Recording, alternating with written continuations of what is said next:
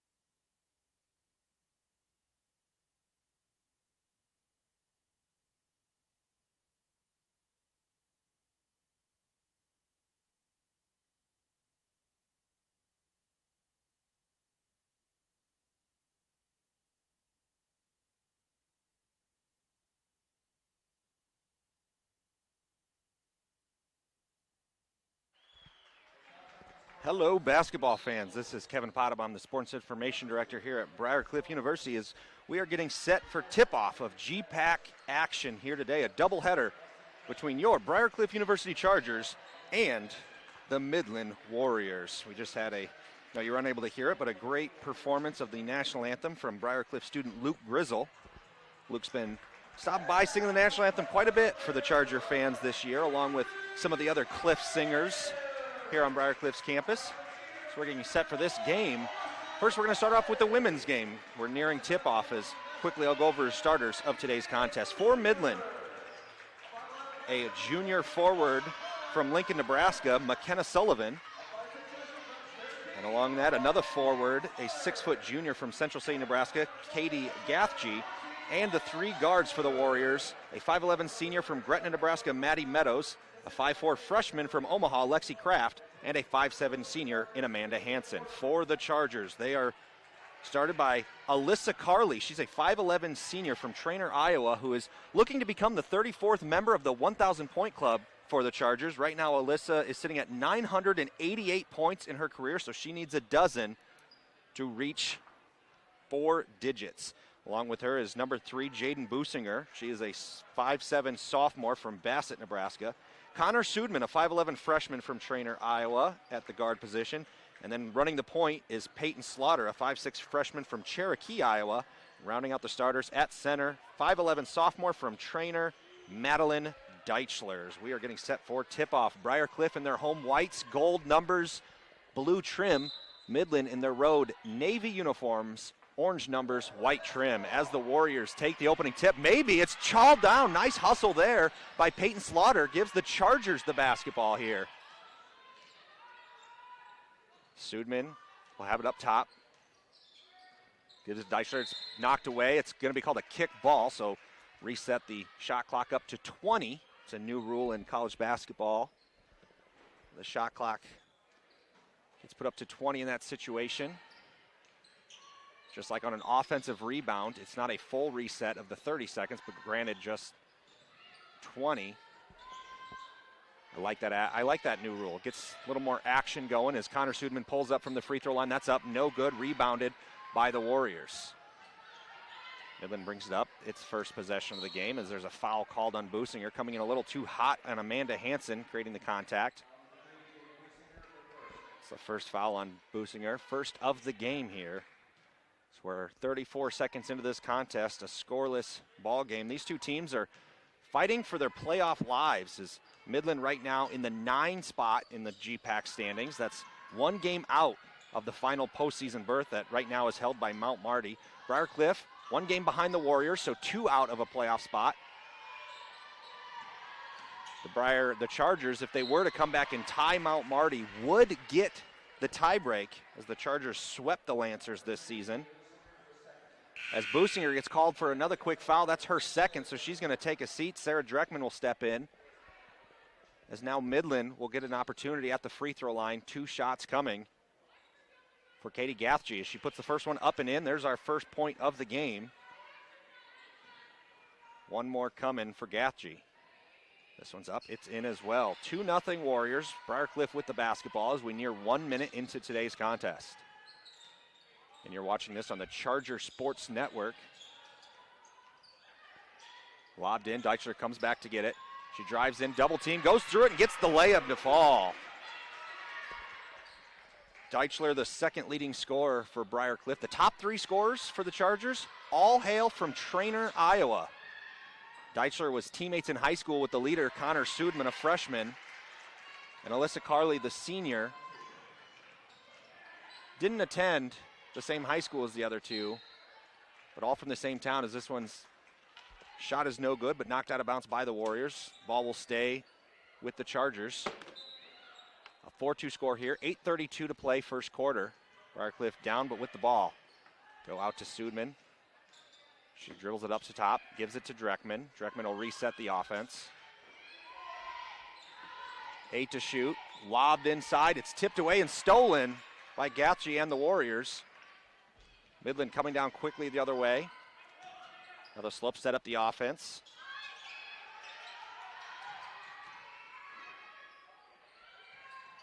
Lob inside to Gathje, a little high, but she's able to corral it in. No, she had her foot on the line as she tried to save that one. So turnover, ball goes to BC.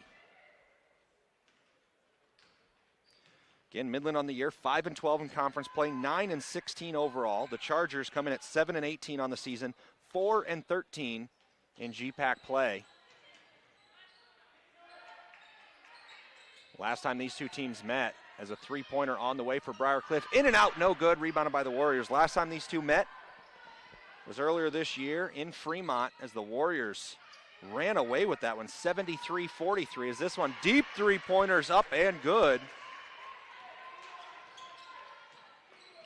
So a win here would really give some breathing room for Midland as far as the Chargers being able to catch them in the postseason play.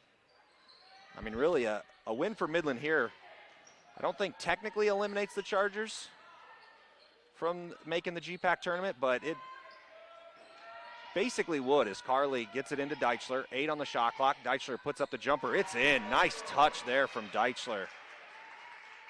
The sophomore center has a nice touch on those shots. If you're going to give her some space, she's not afraid to put it up from a little deeper. As this one lobbed inside, but it's going to be intercepted by Dreckman. Good defense there by the Cliff on that press once they cross the timeline. Now Briarcliff with it. Slaughter gets it to Carley. Carley puts up the quick 3 from the corner and hits. First 3 points for Carley. As again, that brings her within 9 points of the 1,000 mark. You know she's got to be thinking about that at least a little bit, as a quick 2 the other way for the Warriors. That one was put in by Lexi Kraft. She's up to 4 points in the game. It's a 9-7 lead for Midland. 6:20 to play here in the first quarter. Carley has it. That's going to be kicked. Almost hits the ref. Goes out of bounds anyway. Brianna Allen and Taylor Lamprick coming onto the floor, as well as Shannon Sokolowski for Briarcliff. I believe that was Taylor Hauska coming on for Midland. See if I can get a better look on that jersey. Yes, I do believe that's correct. As a kick to the corner. Allen thought about the 3 and said she'll get it inside to Lamprick. Back out to Allen. Allen gets a screen from Sudman. Nothing happening there. Bounce pass into Lamprick. Spin move. Partially tipped, but there's a foul. Lamprick will head to the free throw line with an opportunity to tie this game if she can hit them both in. The foul was called on Gathje. That's her first. As she's going to step out, and Aaron Prusa will come in for the Warriors.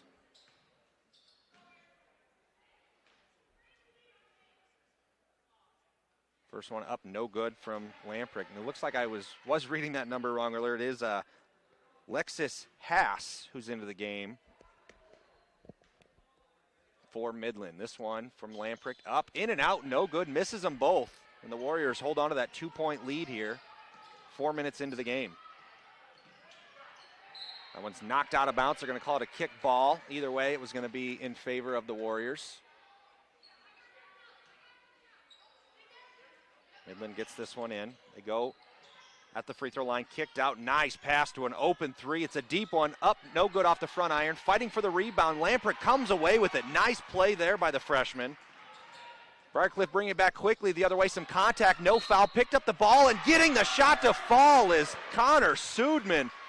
What a play. I thought there was some contact when she first went up the first time around. No foul called. The ball gets knocked loose. She's smart enough to find it, pick it up, go right back up to the hoop, gets the contact, shot falls, and she heads the line. This one's up and good, and Briarcliff has its first lead of the game, 10-9, 5:38 here to go in the first quarter. Sudman now at 3 points in the game. She leads Briarcliff, as they're going to say that stepped out of bounds. Again, great defense. The Chargers are bringing a double team as soon as the Warriors cross midcourt. And they've been able to cause a couple of turnovers in doing so. As again, Sudman looking to become potentially the offensive foul call on a moving screen, but Sudman is trying to become just the second player in Briarcliff history to win GPAC Freshman of the Year. And if you look at her resume, it'd be hard to find another player more deserving. Sudman's averaging 17 points per game, 4.5 rebounds per game. She's got 55 assists, 48 steals, and 21 blocks. And I believe all of those numbers rank number one in the conference for freshmen. As this one's going to be a tie-up. The possession arrow will stay in favor of Midland, but there she is, Connor Sudman, making the play defensively to get her hands on that ball, as Sudman's going to take a rest now as Slaughter, Deichler, and Dreckman all come back into the contest. But yeah, I was kind of looking at, how Sudman's numbers stack up compared to some others that have won Freshman of the Year of the conference. As the shot's up, no good by the Warriors. And Sudman has 408 points this year. Last year's Freshman of the Year finished the season at 216, so she's almost 200 points better than last year's Freshman of the Year already, and she's still got a few games to go. Just having an incredible season. As this one's stolen away by Peyton Slaughter. She's going coast to coast, fouled from the back, not going to get the shot to fall, but she'll head to the line for two. That's going to be the fourth foul against Midland. As this one gets called on Haas, that's going to be her first.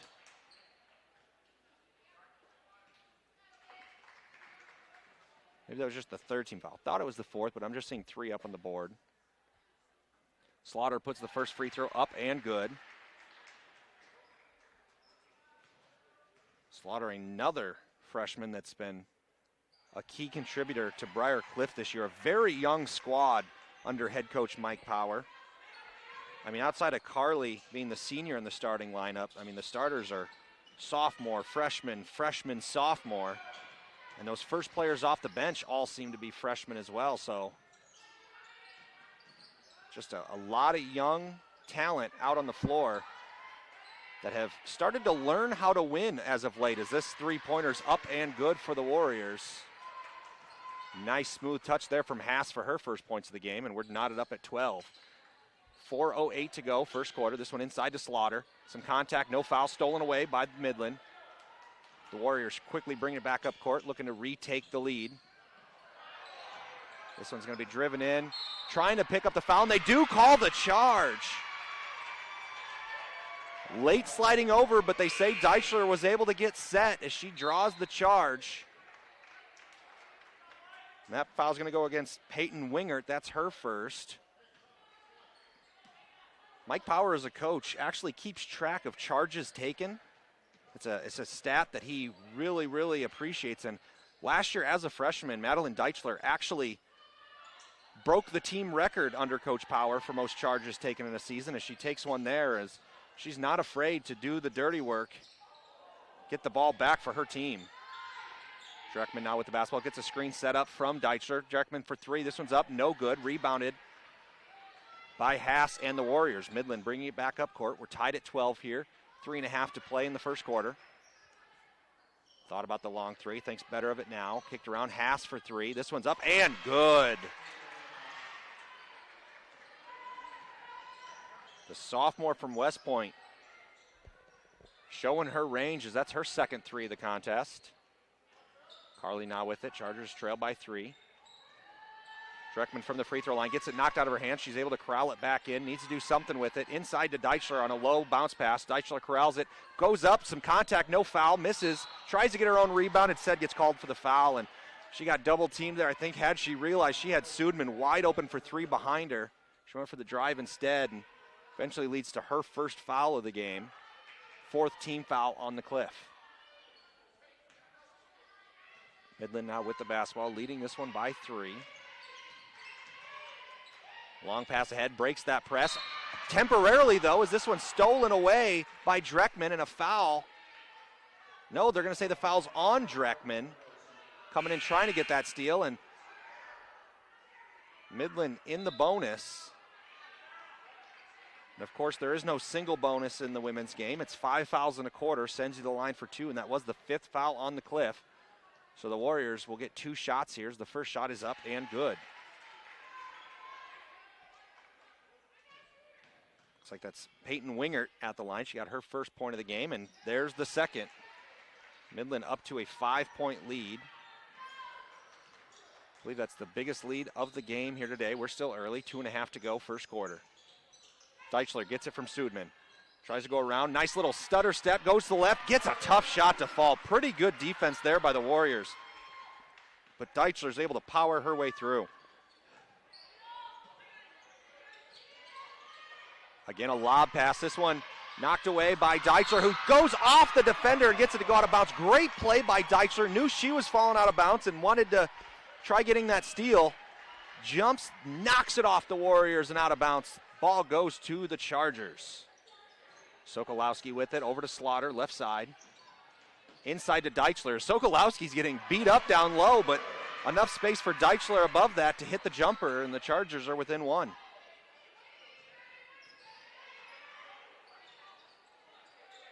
Midland trying to slow things down. This press has been bugging them a little bit. Sudman steps up, now a double team, just past the timeline. This was stolen away, tipped away by Sudman and grabbed by Slaughter, but Slaughter overshoots her target, and that's going to allow a numbers situation for Midland. Are they going to call a travel here? Yep. Good job by the Cliff defense to try coming back from behind on that one, creating enough of a havoc for the travel. Is checking in now. Emma Shepard is in for the Warriors. Briarcliff down by 1, minute and a half to go in the opening quarter. Chargers looking to retake the lead. Carly mishandles the ball, but she's able to keep possession. Now this pass goes inside, knocked away. Grabbed by Sudman, who kicks it back out, and the Chargers are able to corral themselves. Deichler gets it. She's double teamed. Sudman asking for it up top, goes over to Sokolowski instead. Sokolowski with the jumper. That one's short, no good. Rebounded by Midland. That's twice now that Connor Sudman, the leading scorer on the team, has been wide open on the outside calling for the ball, and the Chargers have not been able to get it to her. We're under a minute to go. First quarter, Midland leading by 1 with the basketball. Warriors basically a free throw attempt up and no good from Peyton Wingert. I don't think she almost rushed that one, didn't realize just how open she was. Is now coast to coast, tough shot, no good by Sudman. As Sudman's down, numbers for the Warriors, and they go. They'll take a quick 3-point attempt. In and out, no good, but an offensive rebound. Trying to save it, though. It's given away, and the Chargers now will have an opportunity at the last shot. Now there is looks like about a half-second difference shot clock to game clock. So still basically an opportunity for the last shot here of the quarter if Briarcliff wants it. 15 to go in the quarters. This one just right between the legs. Sokolowski a little too strong on that pass, goes 5-hole on Deichler and out of bounds. And the Chargers turn over what was a good-looking opportunity there to end this quarter with points. Instead, the Warriors now will have that chance as we're under 10 to go in the quarter. Midland brings it up. Haas is being guarded. And a late shot and a foul. Silly foul there by the Chargers trying to corral in, and that's going to be against Sudman. That's her first. On a three-point attempt nonetheless, so that'll be 3 shots coming for the Warriors, unless they say this was on the floor. But no, they do say that was on the shot. I don't know how they would have. The fact that there was even discussion was surprising to me. I just believe it's Amanda Hansen. No. Excuse me, Emma Shepard at the free throw line as the first one's up and good.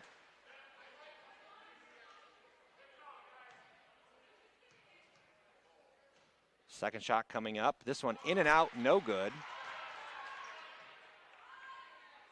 One more opportunity coming. Just 0.1 on the clock, so nothing else is really going to be able to happen this quarter. The Chargers were inbound it as the buzzer sounds. As after 1 quarter of play, Midland leading 19-16. So let's quickly try to go over some of these stats in the first quarter. Really a big stat that's jumping out at me is rebounds. Through 1 quarter of play, Briar Cliff just has 3 rebounds compared to 9 for Midland. Now, granted, part of that is because the Chargers haven't had an opportunity to get rebounds because Midland has either made their shots or Briar Cliff has turned it over. Briar Cliff has forced turnovers, so they didn't even need to try getting a rebound as Midland turned the ball over 9 times in that first 10 minutes, although the Chargers turned over themselves 5 times. Right now, Madeline Deichler is the leading scorer in the game. She's got 8 points for the Chargers on 4 of 6 shooting. The leader for the Warriors is Lexi Haas with 6 points. She's 2 of 3 from the field, all of her shots coming from deep.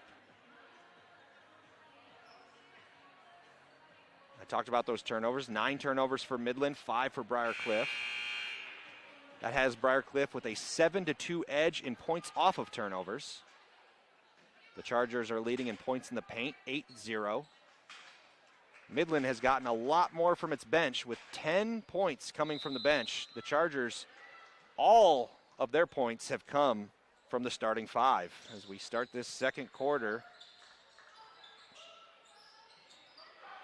It's a little delayed on the scoreboard. It is 19-16. There we go. We're put back up as this shot's up and no good from Briar Cliff. Rebound by the Warriors. 19-16 is the score. We're 1 possession into the second quarter of action. The Warriors with the lead and the basketball. Again, Midland in their road navies. Got the orange numbers with the white trim. Briar Cliff, home whites, gold numbers, blue trim as this shot is up, no good. That was Sullivan, McKenna Sullivan with the missed shot. Rebound for the Chargers, just the 4th rebound of the game for Briar Cliff. Just seems crazy. He says trying to get a cutting to the hoop was Carly. She didn't have anything, so she gave it off to Sudman. Sudman misses her attempt. Deichler fought for the rebound, but she was unable to get it as Midland comes back the other way. Long pass over to Shepard. Shepard drives in beautifully and gets the 2. It's a 5-point lead now for the Warriors. Carly with the basketball. Gets a screen set by Deichler. Carly drives in, kicks it out to Sudman. Now over to Slaughter on the left side. Hands it to Carly. Over to Sudman in the corner. Sudman drives in, little Euro step, loses the ball, gets it back in, not able to get that tough shot to fall, however. Good defense there by the Warriors, and now Midland comes back quickly the other way, but it's poked from behind by Sudman right into the arms of Carly. Carly now drives quickly back the other way. Tries a bounce pass between traffic, and that's going to be stolen away by Midland. Just trying to be a little too fine there. I think the Chargers would have been better suited to slow things down and reset the offense. Trying to get those fast break points. Rush things a little bit. Lob inside to Sullivan. She'll hand it off. Now this pass tipped away, but right into the arms of Sullivan. Goes up body to body, no good. Not able to get the fall. Businger gets the rebound for the Chargers. A little behind the back dribble on her way up the court. Stops, thought about the 3, instead she drives in. She stopped, hands it to Deichler. Deichler goes up, some contact, no foul, knocked back into the arms of Businger. She goes up with it and gets it to fall. Great effort there by Businger and Deichler with some tough defense being played by the Warriors. Midland has the basketball. They get it to Sullivan. She tries a bounce pass, and that's going to be too far out of the outstretched arms of her teammate, out of bounds. possession to Briarcliff as Taylor Lamprick's going to come in and give Deichler a breather. Looks like Brianna Allen also checking into the game as Slaughter will get a breather. A couple subs in as well for the Warriors. 21-18 is the score, 7:25 to go in the first half. Briarcliff trailing, but with the basketball. Allen has it. Hands it to Sudman. Sudman will step back out with it. Looking inside to Lamprick, nothing there, so she'll get it to Carly in the corner. Carly just being pestered out there on the outside. Gets it over to Allen. Allen with 6 to shoot. Over to Carly. Carly drives the baseline, kicks it out to Lamprick. Got to do something with it. Lamprick goes in, goes up for the shot. No good, but they're going to call a charge. Lamprick had to rush it with the shot clock nearing expiration. Got a little too aggressive on the drive. That's her second foul of the game, first of the quarter on the Chargers. Midland with the basketball, up by 3 here, early in the second quarter. Now we're getting close to midway. Man, time flies. Both defenses have been playing pretty well. Briarcliff causing a decent amount of turnovers. Midland not allowing any second chance opportunities. It's been the story of today as this shot is off, no good. Sudman with the rebound. Sudman gets knocked. That's going to be a foul. Getting a little too aggressive was McKenna Sullivan. It's going to be her first foul. I did see a little bit of space. I like the aggressiveness there by Sullivan. Had she been about a half second quicker, she'd have picked the pocket of Sudman and gone in for an easy layup. Instead, the foul gets called. The Chargers just reset things. Briarcliff down by 3, 6:23 to go in the quarter. Inside, this one's partially tipped but hauled in by Allen. The shot was attempted by Lamprick. Carly now with it at the elbow. Looked like a foul there, no call. She'll hand it off to Sudman. Sudman for 3, back iron, no good. Businger looked like might have had a chance to try running that one down for an offensive rebound, but her headband looked like it got knocked over her eyes, and she had to kind of deal with that before being able to find the basketball, and in that time the ball had scurried out of bounds, so Midland will have it. Another quick double team as soon as they cross the timeline. Midland handling that better than they did in the first quarter. This shot's no good. Sullivan offensive rebound. She goes up, gets that one to fall. Sullivan just kind of snuck in between a trio of Charger defenders and somehow got that offensive rebound and the putback. Midland's had this 5-point lead 3 or 4 times today. Has not been able to extend off of that. Briarcliff now with the ball. Businger has it. She's going to be called for being in the lane for too long. Looked like just some confusion there for the offense. As Briarcliff will put in some mass substitutions. Slaughter, Sokolowski, Deichler, and Dreckman all checking in for the Cliff. As again, this 5-point lead has kind of been as big of a gap as we've seen. Midland going to see if they can extend it. They're able to beat the press in the backcourt. Sullivan just being left all alone, so she puts up the deep 2 and hits it. It almost just looked like the plan for Briarcliff is if she wants to take that, let her try, as she has a smooth touch on that one. 7-point lead for the Warriors. Sokolowski with it. Inside to Deichler. Was pass behind her, but Deichler does a nice job hauling that one in as she'll kick it out to Allen. She wants it back. It goes to Deichler. Double team comes around her, but Deichler gets by it, gives it to Sokolowski. She puts the jumper up and in. That looked dangerous. Looked like that was a turnover waiting to happen with the defense almost looking like they fooled Deichler, but she was able to stay strong and hold on to that basketball. And when she was doubled, realized, well, somebody's got to be open. Found the open player, and Sokolowski finished. Midland now with it, driving in, kicked inside to Sullivan. Sullivan kicks it out. Thought about the 3, instead step in for a long 2. That one's up and good.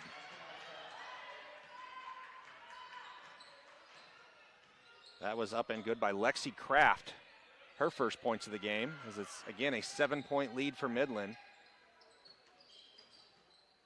Briarcliff needs to get a run here before the end of the first half. Again, last time these two teams met, it was an ugly affair for the blue and gold. A 73-43 win for Midland, as this one's up and in for Deichler. She's up to double digits now, her 10th points of the game. She leads all players. A quick double team in the backcourt. But nice job by Amanda Hansen to get around it and through to the offensive side. This shot's up, no good. Rebound, though, to Brianna Allen, who came out of nowhere to get that. Sullivan got aggressive on the backcourt. Wasn't called for the foul, though, as Briarcliff brings it the other way as Slaughter falls to the floor, trying to spin move by the defender and slips out of her own shoes. Midland now with the ball. 3.5 to go in the half. Inside, this one's knocked away by Slaughter. Peyton Slaughter coming in at 5'6", blocking a shot by 6-foot Katie Gathje. Great job there by the freshman. Still, it's a 5-point lead for Midland. The Warriors retain the basketball. So this one's given in to Amanda Hansen. Now it goes back to Hansen. She'll set things up. Pass inside, they kick it out. Thought about a long three. There's some contact again. They're letting a lot go here on some of these body and hand checks. As this one's partially tipped, it'll go out of bounds. I believe Dreckman is the one who got her hands on that block shot. It goes out of bounds. Typically, you would have thought it'd be Midland ball, but the shot clock had expired anyway, so the Chargers will have it as we're under 3 to play here in the second quarter. 27-22 is the Midland lead. Briarcliff looking to cut into that. Sokolowski tries to go to Dreckman at the elbow. No good. Gets batted away. As Sarah Dreckman, you got to just let that ball completely go over half court. It was batted away. She went, looks like she tried to save it before going across the backcourt, which wouldn't have been an issue. But she originally dribbled it on the offensive side of things, and her foot definitely stepped on midcourt.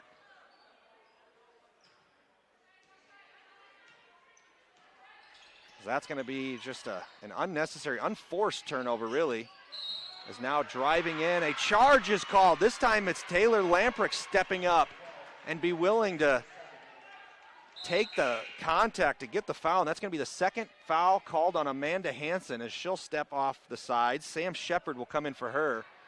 The second charge taken by Briarcliff here today. That one was real nice by Lamprick to slide in there. Boosting her, lobbed over to Carly. Good defense there. Almost could have been a turnover. Is this one fighting for it? Ooh, when you completely go all out for a steal like that, usually it means easy points for the offense, but Brianna Allen was unable to corral it in. Wonder if it was tipped. Carly gives it over to Lamprick. 2 to shoot as a jump ball. Possession arrow in favor of Midland, which is probably just as well, as Briarcliff would have had a second on the shot clock, and I'm not sure they would have been able to get much of an attempt up anyway. So at the very least, get that possession arrow in favor of your team. But good defense there by the Warriors is really, I think if that tie-up wouldn't have had, we would have had back-to-back possessions where there could have been a shot clock violation. You don't see that much. Beautiful move there. Nice little Euro step action from Lexi Haas. She gets that one to fall. Now coast to coast quickly. A nice response from Connor Sudman as she gets that one to fall for 2. Sudman's up to 5 points in the game as the lead for Midland is down to 5. 2 Midland players are all alone as they quickly got that one. As easy bucket for the Warriors. That press, nobody was back home for the Chargers. So once Midland broke it, easy finish. Inside to Sudman. Sudman back to Allen. This one's going to be kicked. Possession will stay with the Cliff. Slaughter and Deichler coming back in, so Briarcliff has its starting 5 out on the floor, probably for the rest of this half. 1:21 to play in the half. Midland leads 31-24 on the Heartland Chiropractic Associates scoreboard. Sudman over to Carly. Again, Carly at 3 points on the day. If she can get up to 12, she will hit 1,000 in her career on the Cliff. Sudman gets a screen from Deichler. She drives in. Nobody came to pick her up, so a easy shot for her from the elbow. We're under 1 to go in the second quarter. A lob. Again, just nobody on defense, but a missed shot, so Briarcliff has a chance to cut into this lead. Driving in, there's a foul called on the floor. Just the third of the quarter for Midland, so no bonus opportunity. But a nice job there by Sudman to take that ball and immediately press, as that's going to be the second foul of the contest on Peyton Wingert, as she's going to take a seat with those 2 fouls. Emma Shepard will come back in.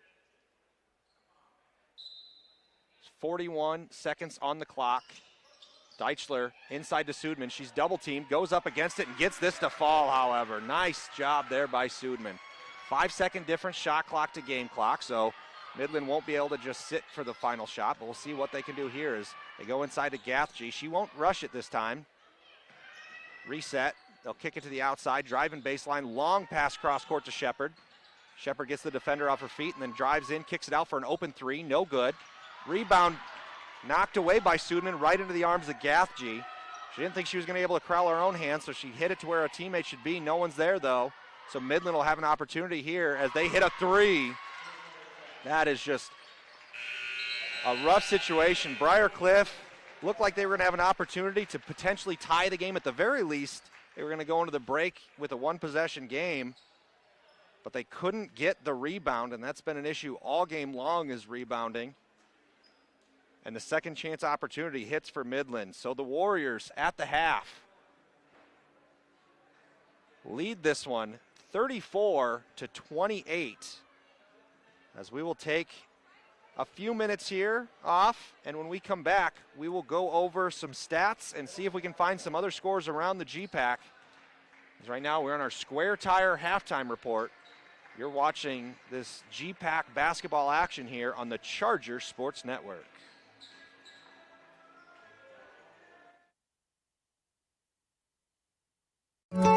When coming to Briar Cliff, it feels like you're coming home. You know, there's small classrooms and it's not a big campus, so there's not too many people that you're going to say hi to that you won't see again. Briar Cliff is just a really amazing community. It's a community of faculty that really care about each other and students that care about each other. And I think that once you visit this place, you really get a good understanding of how genuine that actually is.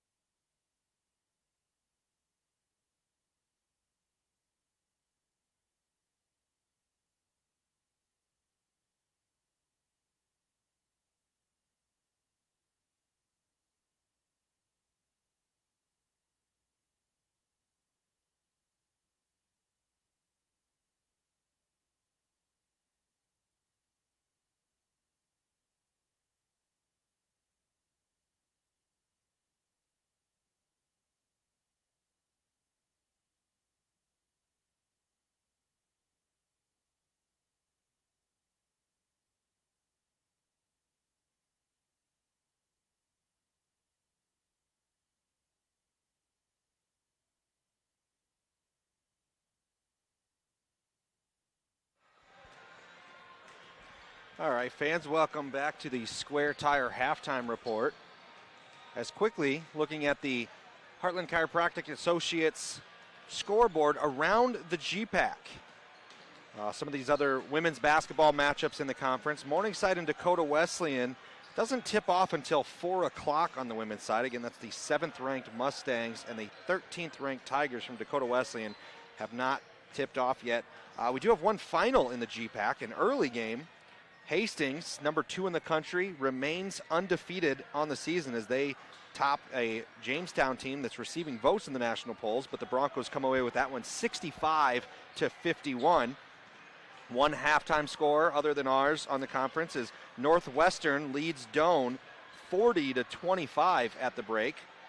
Northwestern, another team that's receiving votes, it's just the strength of this conference. Northwestern receiving votes in the national polls, were ranked in the top, I think they were 17 last poll out, so a very quality program. Again, I say they're still receiving votes in the poll. They have a losing record in the GPAC. That's life in the toughest conference in the country for women's basketball, that's for sure. But again, Northwestern leading against Doane 40-25 at the midway point of the game. And then some late scores in the first half. Looked like with a couple minutes to go, number 3 Concordia leads number 9 Dort 39-27. And with about a minute to go in the half, Mount Marty leading College of St. Mary 30-23. And if you're a fan of either Briarcliff or Midland, you're hoping that the Flames can rally and come back, because again, trying to get to that 8th spot in the conference, which would create a bid to the conference tournament. Right now, Mount Marty holds that 8th spot. Midland's just one game behind them. So if the Warriors can hold on and win this one, right as it stands right now, they would still be a game behind as the Lancers lead the Flames 30-23 late in that first half. And of course, Briarcliff one game behind the Warriors, 2 games out of a potential berth into the postseason.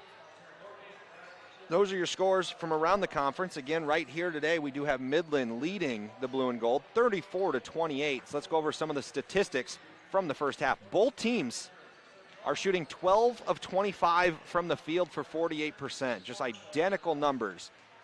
So what's the difference in the score? Well, Midland is 4 of 8 from three-point range for 50%. Briarcliff just 1 of 3 from deep. And the free throw line. Briarcliff has only gone to the free throw line 5 times, and they've missed a couple of them. So 3 for 5 from the free throw line for Briarcliff. Meanwhile, the Warriors are 6 of 7. Rebound totals, Midland holds the edge 14-9, including a 3-1 edge on offensive rebounds. And those offensive rebounds have come to a 5-2 advantage for the Warriors on second chance points. Both teams have 7 assists. Midland has 6 steals compared to just 5 for Briarcliff. But Midland has actually turned the ball over more, a 12-11 mark. But, that 12 looks like a big number for Midland in turnovers in the first half. But the Warriors had 9 in the first quarter, so cleaned things up, only turned it over 3 times in the second quarter, and that's a big reason why they lead by 6.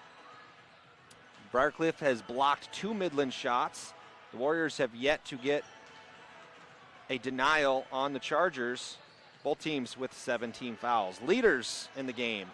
Madeline Deichler is leading all players in points with 10. She's 5 of 8 from the field. She also has 3 assists, which is the high for Briarcliff. It's a total matched by Midland's Amanda Hansen. For scoring, the top scorer for the Warriors is Lexi Haas with 8 points. She's 3 of 5 from the field, 2 of 4 on 3-pointers. Rebound leaders, Katie Gathje and Madeline Deichler each have 3. Again, Briarcliff as a team only has 9 rebounds on the day. Admittedly, a little sloppy first half, I think, on both sides. There were some things that I'm sure both coaching staffs are looking to clean up as we near the second half. We got about 2 minutes until we get ready for the second half. We're going to take another quick moment break. We'll come back, get you set for second half of action here at Ray Nackey Court in the Newman Flanagan Center on the campus of Briarcliff University in Sioux City, Iowa. And you're watching this on the Charger Sports Network. When coming to Briarcliff, it feels like you're coming home. There's small classrooms and it's not a big campus, so there's not too many people that you're going to say hi to that you won't see again. Briarcliff is just a really amazing community. It's a community of faculty that really care each other and just a good understanding of how genuine that actually is.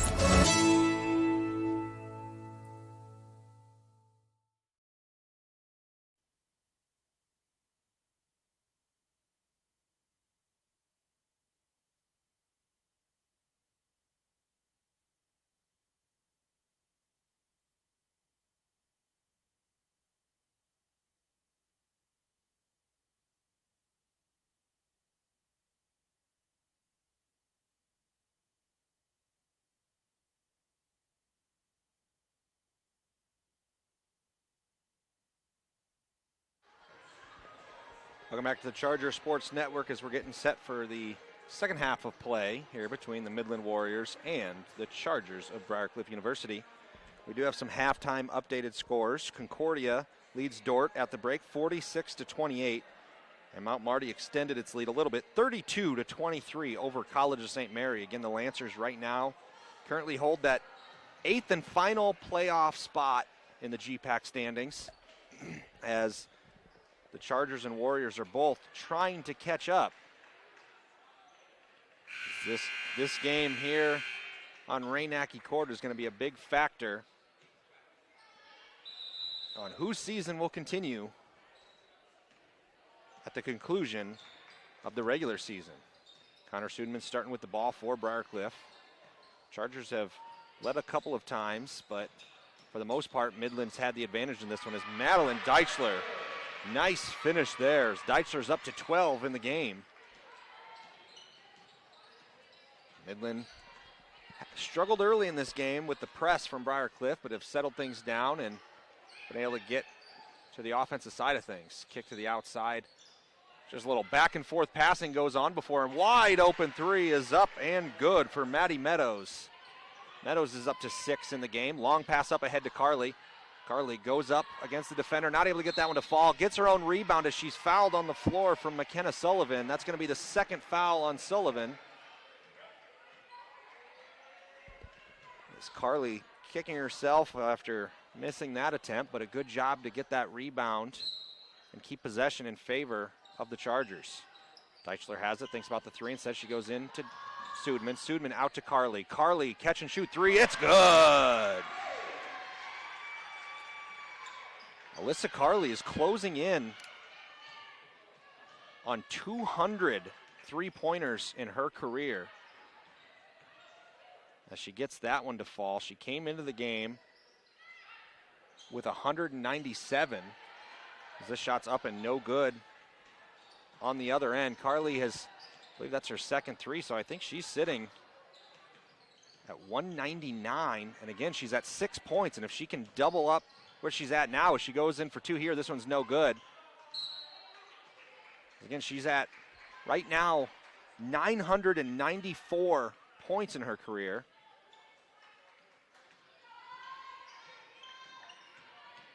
And for three-pointers, I think she's at 199, looking at it.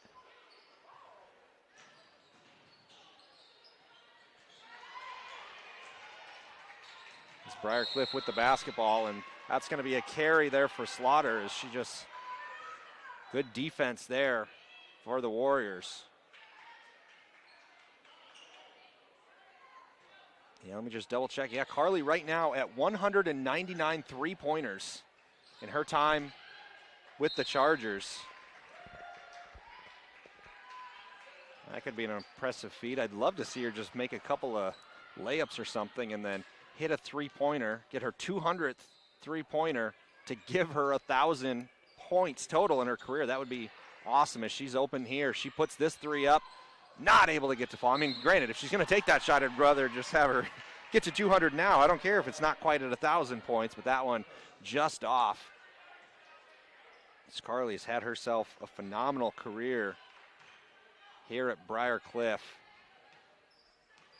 As that foul goes on Slaughter, that's her first. 37-33 remains the score. Midland with the basketball. Go inside to Sullivan. She'll kick it out. Three-point attempt on its way for the Warriors. No good. Deichler gets the rebound. She's grabbed at it. This ball, that's going to be a tie-up. No, they're going to say it's a foul.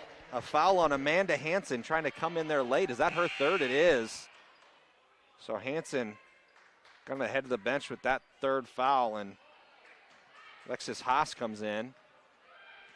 It doesn't make you feel any better if you're Briar Cliff. Oh, a starter went and sat down. Oh, so then the player with the most points in the game for the Warriors steps onto the floor. Sudman has it. She's at the free throw line, lobs it out to Deichler. Deichler drives in, double team comes in as it gets batted away. But no, it's stolen back away by Slaughter, and it's going to be a tie-up. The ball will go to Midland, but nice play there for Peyton Slaughter just to get her hands on that one, as it looks like the Chargers had lost it. Deichler just a little late to react to that double team coming her way. Lob goes inside to Haas. Now they go outside, kicked it back out to Haas. She'll kick it over to a teammate. Now Meadows drives in. Nice ball movement there by Midland, but they're not able to get it to fall as Deichler gets the rebound and quickly come the other way. Briar Cliff kicked it out to Carly. Ooh, she wanted the catch and shoot, but the ball was a little out of her reach, so she just had to corral it in. Now into Deichler. Deichler's got to do something with it. Tries to get it to a cutting Slaughter, unable to hit her. Turnover again from the Chargers. And right now, Briar Cliff, when they're getting the shots up, are looking pretty good, but just some turnovers are creating an issue as this one slips out of bounds. They're going to say it was last touch by Briar Cliff. It'll stay with the Warriors. 6:25 on the clock, quarter number 3. A 4-point lead for Midland as the Warriors have the basketball. They lob this one in. Carly runs over. And now an open three-pointer left side, up and good. Again, great ball movement by the Warriors. As Maddie Meadows hits the three, she's up to 9 points in the game. She's 3 for 4 in shooting. All of her shots have been three-point attempts. Sudman with it, gives it to Businger. Businger fakes the handoff and then tries to drive in off the leg of Meadows right into the arms of another Warrior. Now quickly back the other way goes McKenna Sullivan. Not able to get the tough layup to fall. Rebounded by Deichler. Sudman looked a little slow to react down the other side. Thought she might have been hurt, but she's jogging back across as a kick to the outside. Three-pointer, Businger. Beautiful pass there from Slaughter with the assist. It's back down to a 4-point game. Briar Cliff continuing to try to crawl back into this one. Haas has it, kicks it out. They'll give it another wide open three-pointer, and that's good. They have left Maddie Meadows all by herself a number of times, and once again it hurts as she is now 4 for 5 from three-point land to give her 12 points, matching Madeline Deichler for a game high as a timeout on the floor by Briar Cliff. The score, 43-36. Advantage Midland as 2 big threes here recently from Maddie Meadows. As Coach Power having a discussion with his team. Basically, I feel like the discussion is, hey, we can't forget about Meadows in the corner. Briar Cliff just been struggling with the great ball movement that we've seen by the Warriors. So Briar Cliff will come out of the timeout with the basketball, and the Chargers have gotten things close and look like they've had some momentum, but Midland has continually answered the bell. This looks like a different team out there on the floor for Briar Cliff right now. Sokolowski, Allen, Dreckman, Lamprecht, and that's Kagan Held. I think this is the first time she's been into the game. Held drives in, kicks it out to Allen. Allen catch and shoot three-pointer, no good. Foul on Briar Cliff. Looked like Allen might have mishandled that ball just a little bit when she was hoping for a catch and shoot on that three-pointer. Never had it real clean. Still put off a decent attempt, but unable to get it to fall. Midland has been hot from three-point range lately. If they can hit another deep one, we'll have our first double-digit lead of the game. As now Meadows heads to the right corner, left open, no good, but she chases down her own rebound. And now another left corner three, wide open. This one's up and good. Out of the hands of Lexi Kraft. That left corner, Midland's feeling it no matter who's shooting it, and Briar Cliff Keeps allowing it though, as this one's stolen away by Sullivan. Just put her hands up and caught that pass from Sokolowski. See if Briarcliff can regather composure here as Held gets called for a foul on the backside. Third team foul on the Chargers as the starters come back in for Briarcliff, as that second shift tried to come in here to give a breather to the starters, and Midland was able to take advantage. As again, the bench has kind of been a difference in this game. Is this overthrown? So it's a scoop and score the other way for Alyssa Carley. She's up to 8 points in the game, 996 points for her career. Getting real close. Although right now, I think she's concerned more about this deficit for her team, as left side open three, up and good. Nothing new. Players standing on the left side, wide open for three. And the Warriors hit inside to Carley. She waited a little too long, so it became a tough attempt. She misses her shot, rebounded by Deichler. Can't get the putback up, though. That one goes out of bounds. Midland with the basketball as the Warriors have looked very strong. Really, outside of the first quarter, things were a little sloppy both sides. And Midland was still able to lead at the end of the first, but really it's seemingly been all Warriors since. So Meadows with it in the left corner. Had an open three. Instead, she passes it up. They kick it around to the right corner. And as a travel is called there, a little pump fake by Haas. Then she took off running, but gets called for the travel. Briarcliff will take the basketball. Emma Shepard into the game as Maddie Meadows will take a breather. Again, Meadows 4 for 6 on three-pointers. She's been a key cog for this Midland team, extending out to this double-digit advantage. So Briarcliff needs to get the offense going here. Sudman drives in. She's fouled from behind. I believe that was Haas on the reach. And that's her second foul, third team foul of the quarter.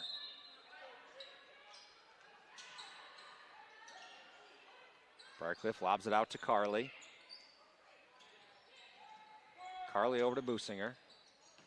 Businger drives in. Nice pass to Deichler. Goes up, body to body with the defender. Gets that one to fall. Tough finish from Deichler. It's up and in. She's up to 14 to lead all players here today. Back down to a single-digit game. We'll see if Briarcliff can get some of that momentum. Here at home, you just never know. Left corner. No shot up this time. The Warriors will just keep setting. Haas with it. Drives through a couple defenders. Gets that one no good, but gets her own rebound. Goes up tough. Not able to get this one, but again, her own rebound. And again, up against two defenders. No good, and he gets another one. She missed her own shot, but got 3 offensive rebounds. As this one's now stolen away by Slaughter. Slaughter lobs it to Carley. Carley gets the lay-in. Carley now up to 998 points. Get her an open three because she's sitting at 199 trays in her career. I'd love her to see the 200th career three-pointer put her over 1,000 for total points. As Sokolowski's going to check in for the Chargers. Businger will take a seat. More importantly, let's get a few possessions here in favor of the Chargers, see if we can't cut this lead down yet this quarter. 1:44 to go in quarter number 3. Briarcliff with the basketball, still trailing by 7. Sudman gets it to Sokolowski. Trying to go into Deichler, too far out of her reach though. And now quickly the other way, a long pass ahead, some fast break point opportunities, and there's the layup for Midland. Good response from the Warriors after it seemed like Briarcliff was getting some momentum. This one's over to Sokolowski. Now Deichler thinks about the three, fakes it, drives in. Spin move around the defender, up, no foul. Shots missed, couple of Chargers go down. A 5-on-3 now the other way for the Warriors. They'll kick it out. 3-point attempt is up, way off, but an offensive rebound by Haas. Goes up for that shot, no good, but that's going to be the first foul against Carley. And Haas will head to the free throw line. It's again a rough situation for the Chargers. A couple of players ran into each other and knocked down as shift change for the Chargers. All 5 starters will be getting a little bit of a breather. No, excuse me, Businger is actually coming in for Sokolowski. So 5 new players, but 1 starter was already on the sideline for Briarcliff. So it's Businger, Allen, Lamprecht, Dreckman, and Held on the floor for the blue and gold. The shot's up and good from Midland. They are back up to a double-digit lead, 52-42, with just over a minute to play in the third quarter. Second shot up and good as well. So yet again, Briarcliff started to get some momentum, but a response here from the Warriors. Briarcliff had gotten it down to 7 after a couple baskets in a row, had the ball, feeling good. But a turnover hurt things. Is now Held. Beautiful cut, a nice pass to get to her, but she's unable to finish with the layup. And now Midland will bring it back the other way. Driving baseline kicked out to Haas. Some contact there by Allen, not enough for a foul. They go inside of the elbow. Somebody's left side, open three-pointer. It's up and good. Allen looked like she had her, and then she cut up to the top, not to leave a player open there.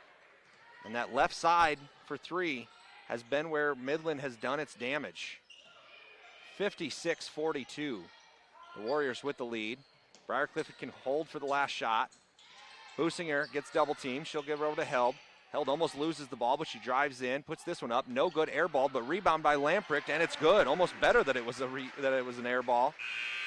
As that's going to end the third quarter of play. 56-44 is the Midland lead with 10 minutes left to go in the game. Again, 56-44 is your score. So we get ready for the last 10 minutes of the game as it's time for the Lucky Duck Chuck, a popular game here in the Newman Flanagan Center. Fans get handed out rubber duckies. You throw them onto the court. And whoever gets closest to the eye of Bolt, a.k.a. the Bolt's Eye, Bolt, of course, the mascot for Briarcliff, whoever gets closest wins a gift certificate to Townhouse Pizza and Lounge. We want to thank our Townhouse along with several of our other great sponsors, but Townhouse always handing out coupons to the winner of the Lucky Duck Chuck. After 3 quarters of play, Midland leading this one 56-44. As again, right now, it just seems like the depth of the Warriors is a major factor with a 32-4 advantage on bench scoring. Really, the bench has been, as far as scoring is concerned, better than the starters for Midland. 32 points from the bench compared to 24 points from the starting 5.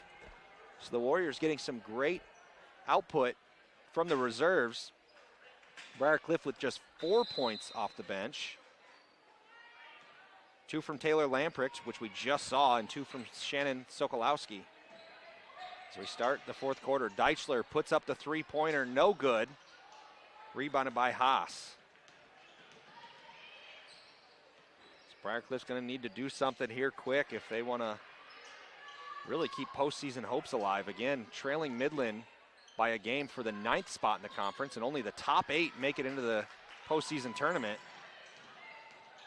As this one lobbed to Carly, and it gets it to fall. Alyssa Carly, the newest member of the 1,000-point club for Briarcliff women's basketball. She becomes the 34th Charger in program history to hit 1,000. Congratulations to Alyssa Carly as she does it with that layup.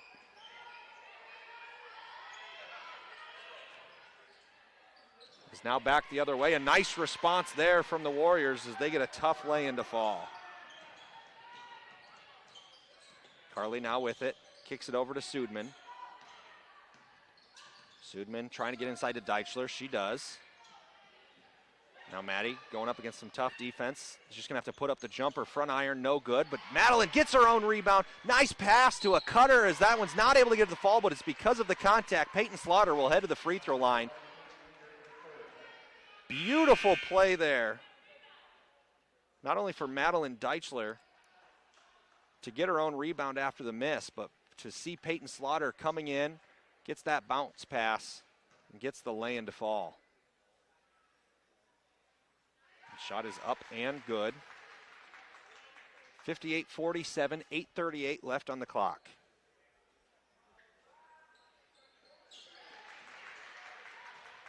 It's a 10-point deficit for the Chargers. See if Briarcliff looking to potentially put that press back on. Really haven't done it much since the first half. First quarter, it was incredibly effective, creating 9 turnovers in the first 10 minutes. Second quarter, it seemed like Midland had it figured out, and we haven't seen it much from the Chargers since. As the Warriors with the basketball, just letting the clock be their friend, taking their time. As this shot's up, no good. There was a tip of the ball, but they're also going to say that there was some contact to the body. Connor Sudman gets called for her second foul of the game. And that's going to send Emma Shepard to the free throw line for 2 shots. First one up and good for the Warriors. Midland been very effective from the free throw line. Now 9 of 10 from the charity stripe. This one no good, rebounded by Sudman. Briarcliff trailing by 11. Sudman drives in. Nice, tough finish. I thought she was going to kick it out to Businger for a 3 in the corner. Instead, gets a tough finish to fall as Sudman gets herself into double digits. She's up to 11 points in the game. 59-50 is the score. Timeout by Briarcliff. Just a 30-second timeout. Chargers trailing by 9, 8:03 left to play. Here at the Newman Flanagan Center. Again, you're watching this on the Charger Sports Network.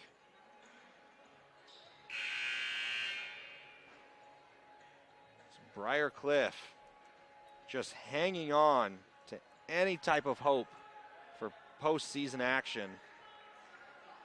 You'd have to think tonight could be a major factor in who sneaks in that 8 spot. Really, the top 7 spots seem pretty well locked in, as Mount Marty trails Northwestern by a couple of games. The Red Raiders had a big lead already early today, so looks like they're going to continue on their winning ways and get back up to 500 in the conference. Deichler kicks it out to Carly. Carly back to Deichler. Goes up, bodied up, not able to get that shot to fall, but there's a contact on the arm by Amanda Hansen. That's going to be Hansen's 4th foul. And Deichler will head to the free throw line for 2 shots. Some substitutions coming in here for the Warriors. Maddie Meadows coming back in. Haven't seen her. I don't think we've seen her in this 4th quarter. The 3rd quarter, we saw a lot of her in the left corner, hitting threes right in front of her bench. She's got 12 points to lead the Warriors. This one's up and good from the free throw line from Deichler. She's got one more coming. It's an 8-point deficit for the Cliff. Deichler in and out, no good. So Briarcliff now just 6 of 9 from the free throw line compared to 9 of 11 by the Warriors, as this one's batted away, almost saved by Sudman. Peyton Slaughter made a beautiful read to come bat that one, heading out of bounds, and Connor Sudman tried her best to keep it in, but they say her foot was on the line as she threw that one back in. So the Warriors will still have possession. They go inside to Gathje. She'll kick it back out. Again, Midland not afraid to be patient here offensively. Just let that clock run down.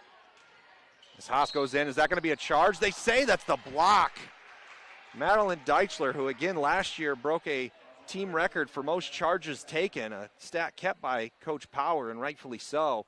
That one, her feet aren't quite set in time. Well, sent Haas to the free throw line for 2 shots. First one's up and good. Midland is taking advantage when they get to the free throw line and not missing opportunities, as it's back to a double-digit lead, 61-51, 7:20 to go here in regulation. Sudman gets a screen from Deichler, gives it to Deichler, a little pick and go, and she gets that one to fall. Deichler up to 17 points now in the contest, having a very strong game.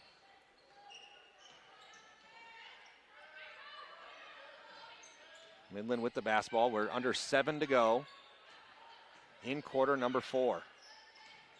Haas has it, puts the 2 and gets that one to fall. I thought that shot was rushed, but it's never rushed if it falls, that's for sure. Slaughter with the basketball. Briarcliff needing to pick it up offensively and get a few stops on the defensive end. Sudman gets the screen, drives in again. Goes to Deichler, who gets fouled on her way up. That's going to be the second on Gathje. fourth team foul of the quarter. Deichler will head to the free throw line for 2 shots. Briarcliff is really utilizing that pick and go. Deichler will set up the screen. Sudman tries to go around it. If that double team comes at Sudman, she's able to get the ball to Deichler in the paint. If they don't come off with the double team, Sudman just goes in for the finish. First shot from the line was missed by Deichler. She's got one more coming. It's up and good. She's up to 18 in the game to lead all scorers.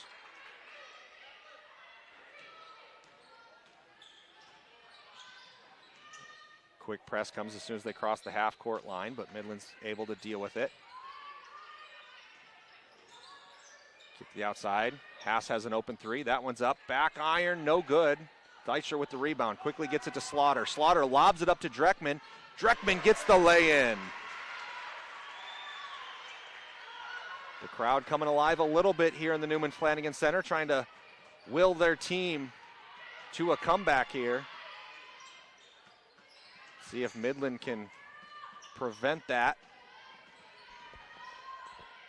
Meadows with it. Picks up her dribble, lifts, draws it over to the corner. Now a three-pointer, up and good, my goodness. Every single time it seems like Briarcliff has an eke of momentum. Somebody hits a tough 3. This time from Sam Shepard, as it's back to a double-digit lead, 66-56, 5:41 to go, fourth quarter. We'll be back in just a moment. You're watching on the Charger Sports Network. When coming to Briarcliff, it feels like you're coming home. You know, there's small classrooms and it's not a big campus, so there's not too many people that you're going to say hi to that you won't see again. Briarcliff is just a really amazing community. It's a community of faculty that really care about each other and students that care about each other. And I think that once you visit this place, you really get a good understanding of how genuine that actually is.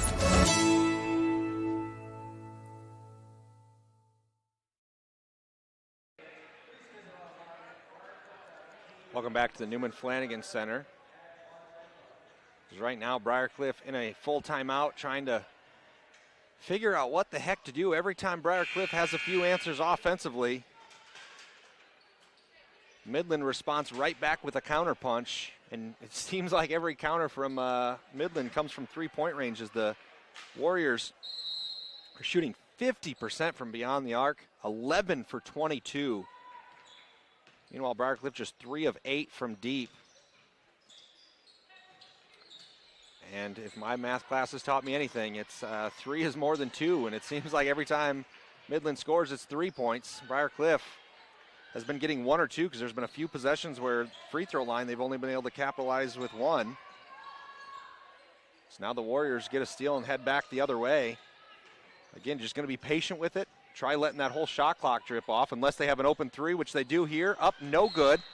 Rebound goes to the Chargers. No, are they going to say it's a foul on Briarcliff on the floor? They're going to say Connor Sudman holding down a defender. That's going to be her 3rd, and that's big. Now, the shot clock should have only gone down to 20, as right now it's showing the full 30, unless they say that Briarcliff had possession before the foul. No, they will make the accurate call and drop that shot clock down to 20 as Peyton Slaughter is going to take a breather and Brianna Allen comes in. It's a 10-point lead, and the possession stays in favor of Midland. Warriors have it again. They're going to wipe out this clock as there's 8 to shoot. Nice move to get between the defenders. Not able to get the shot to fall, but she'll head to the free throw line. Nice little move there from Sam Shepard as she'll head to the free throw line. Dreckman gets called for the foul. That's her 2nd. Shepard will line up, first shot up and in. Again, credit to Midland. They've done very well from the free throw line. They're now 12 of 14. As this one's missed. Little early leave by the Warriors, so Briarcliff gets the ball, but trailing by 11 here, under 5 to go. Carly with it in the corner. Drives baseline.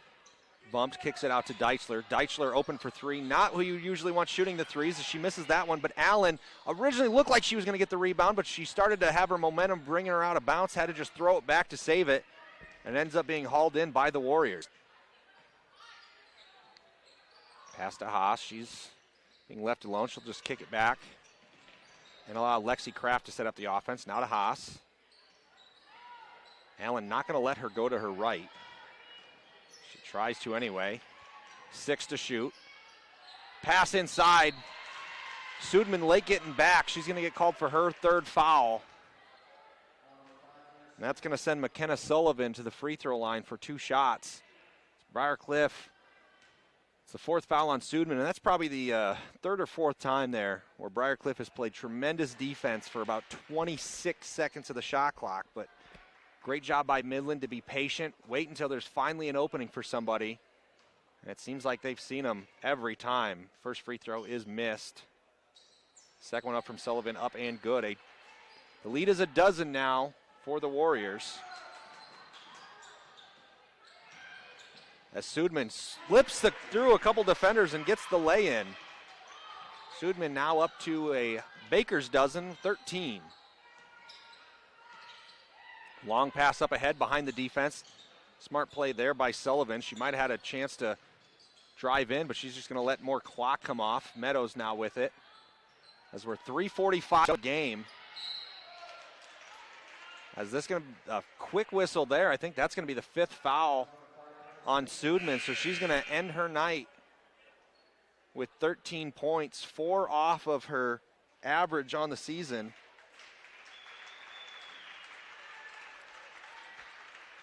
The night is done for Connor Sudman. Sudman will end the night 13 points on 6 of 11 shooting with 6 rebounds and 3 assists. And she's been the leader for the Chargers basically all season long, coming in as a true freshman. The odds-on favorite to win Freshman of the Year in the conference. So I believe she ranks 3rd in the conference in scoring, and I don't think any other freshman is top 20. There's a three-pointer. Alyssa Carley, for the 200th time in her career as a Briarcliff Charger, hits a three-pointer. So a big night for Alyssa Carley. Not sure if it's going to be enough for the Chargers, but for Carley, she reaches 200 career three-pointers and has surpassed 1,000 career points. Congratulations to the senior from Trainer, Iowa. Might take a couple more triples if they're going to finish off this comeback as the Chargers trail by 8 here. 3:36 to go, 4th quarter. Again, you're watching this on the Charger Sports Network. As Briarcliff will bring the press defense out, see if they can't cause a couple quick turnovers, as it's quickly thrown ahead by Midland. And now they'll slow things down. Brianna Allen and Sarah Dreckman come up and try giving some tough defense. Midland, nice job with just these long passes, and they've secured the basketball pretty well. Meadows kicks it over to a teammate.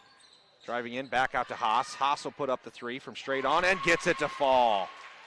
My goodness. Again, 50% in the game for Midland from 3.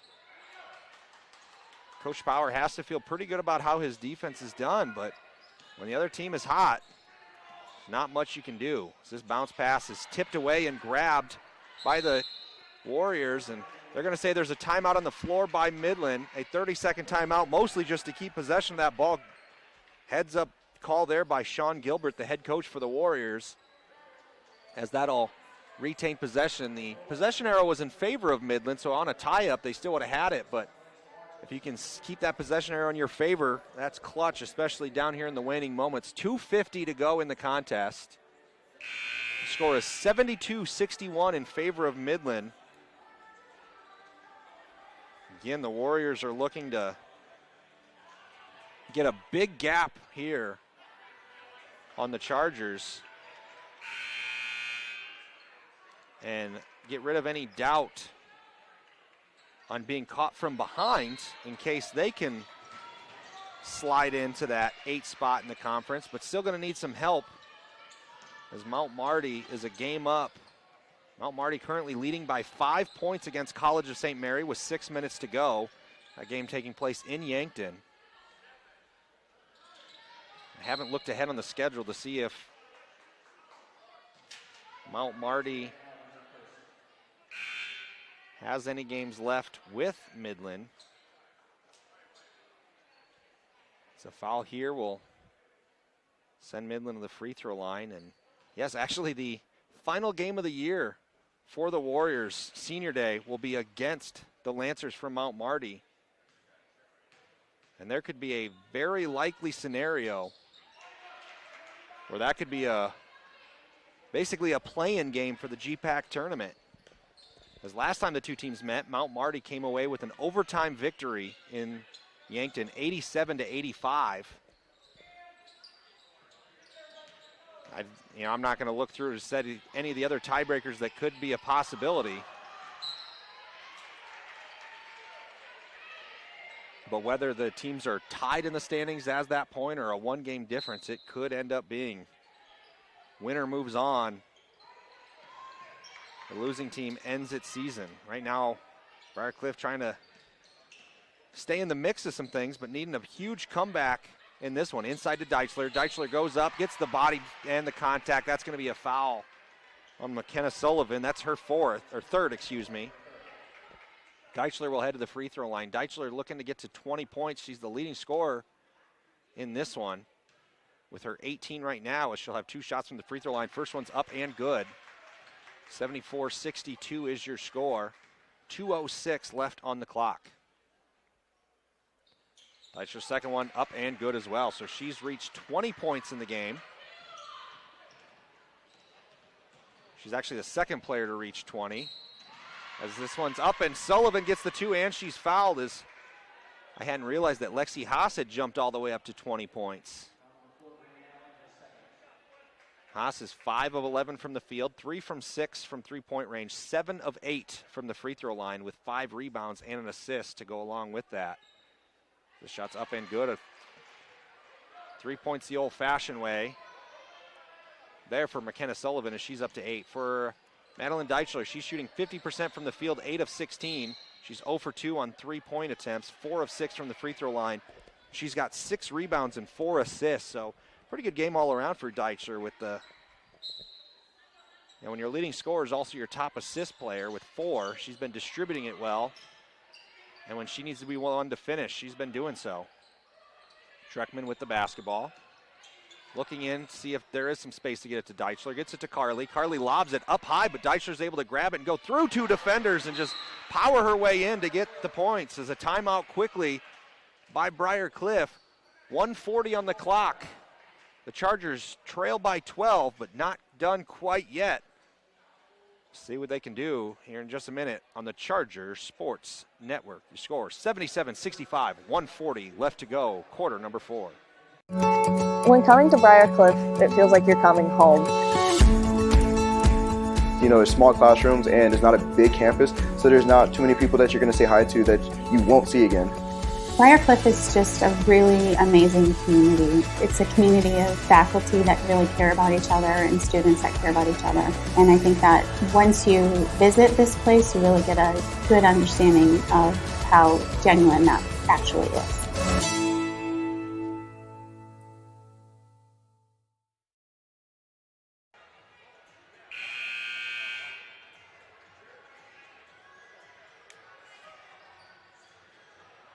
Welcome back to Ray Nackey Court in the Newman Flanagan Center. As with 1 minute and 40 seconds on the clock, fourth quarter, Midland looking to hold on to this 12-point lead. As the Warriors quickly run it cross court.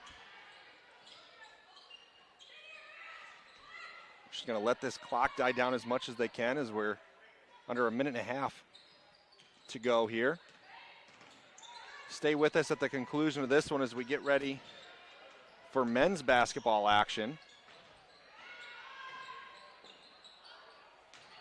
As we'll have the Midland Warriors versus the Briarcliff Chargers. Last time around, the Warriors on the men's side beat Briarcliff 99-86. But I'll tell you what, this Briarcliff men's team is a completely different team. The Chargers in their last 3 contests have picked up a road win against number 17 Mount Marty. They knocked off number 1 and previously undefeated Morningside a week ago. And then this week kept things going with another victory over a top 10 team as they downed number 10 Dakota Wesleyan. This Briarcliff men's basketball team, before last week, the Chargers had 2 wins total in conference play. They were 2-11. And in their last 3 games, they knocked off arguably, they are the 3 ranked teams in the GPAC on the men's side. So pretty incredible turnaround for Coach Marks Figuera and his crew as timeout on the floor with this one. 77-68 is the score. We're under a minute to go, 58 seconds on the clock. It's Coach Power trying to figure out if there's just some way that they can get a couple of quick turnovers and buckets and keep this one alive. But Midland has done such a great job tonight. Can't be understated, the effort from Sean Gilbert's squad. It just seems like they've either been able to get a huge 3-pointer to keep the home squad from getting any momentum, or if they get fouled, they're getting the job done at the free throw line, shooting 81% from the line, 17 of 21 here today. And I think the big thing is you look at the turnovers. Midland has turned it over 18 times in the game. Well, they had 9 of those in the first quarter.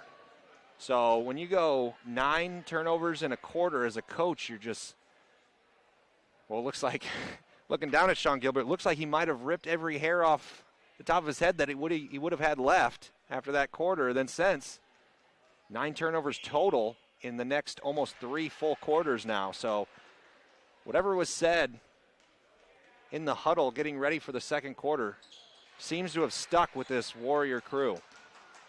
Both free throws are hit there. It's 79-68 now. Midland with the lead. Peyton Slaughter has it, gives it over to Alyssa Carley. A quick catch and shoot, drains it. Number 201 on the career for 3-pointers for the senior as Dreckman called immediately for the foul on the inbound. As at some point, Briarcliff's just kind of begging and hoping that maybe the Warriors will start to miss from the line, but we haven't seen that happen quite yet. That was a very quick catch and shoot from Carley. I can understand how she had done that 200 times previously in a Charger uniform. First free throw is up and good for Midland. Second one, back iron, no good. Rattles out. Deichler quickly brings it down court, has it tipped away, but she'll just let it go out of bounds. Briarcliff will retain possession. 37.2 on the clock, still a 9-point lead for the visitors, however. Briarcliff going to need a little bit of a miracle here today. Carley with it, chucks up a deep 3 from the Ray Nackey court sign, and that one's not able to fall, just missed. 32 now on the clock. Midland with the basketball. Warriors inbounded in. Slaughter trying to guard tight as a long pass up ahead. Run down by McKenna Sullivan. As now an easy layup will fall by Amanda Hansen. Tough defense being played here by Midland. They can probably just back off with a double-digit lead. The shot clock shut off. A strong pass goes off the bottom of the rim and falls down onto top of a head of a Charger. As Midland now will just dribble this one out. And that's going to be our final score here today from the Newman Flanagan Center. Midland picks up the victory 82-71. That will improve Midland to, that's win number 10 for the Warriors. Midland now 10-16 overall, 6-12 in conference play. Briarcliff drops to 7-19 on the season, 4-14 in the GPAC. As looking at it, last time I looked, the College of St. Mary Flames had gotten it down to a 2-point game against Mount Marty. So again, you Midland fans, pay attention to that one. By day's end, could potentially be in a tie for the 8th and final playoff spot with Mount Marty, a team that the Warriors will end their season with at home in Fremont, Nebraska, so that could be of note. But the big thing today that Midland cares about, got the win on the road. Road games in the GPAC, never fun, never easy, but the Warriors fend off the Chargers from Briarcliff and take this one 82-71. We'll be back in a few moments with our One-Eyed Jack's postgame report. We'll go over some stats from this one and get you set for tip-off of men's action here on the Charger Sports Network.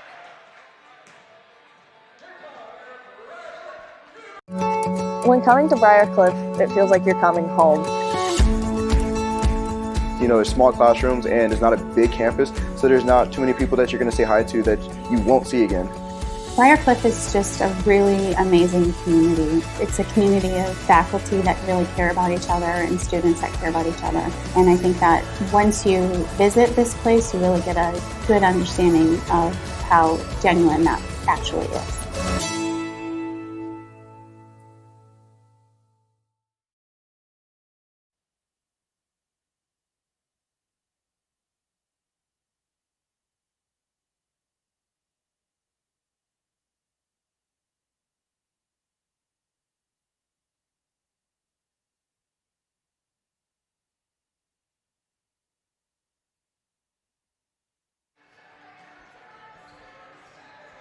All right, welcome back, fans. Let's quickly go over some of the stats from this contest from the women's game, where Midland was able to come up with a road victory in conference play, 82-71 for Briarcliff.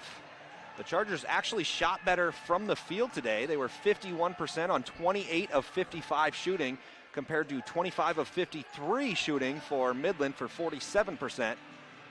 But the Warriors, 12 of 25 from three-point range for 48%. And again, 12 three-pointers as a team, doubling up as many as Briarcliff had. Briarcliff, not a bad day from beyond the arc, 43% on 6 of 14.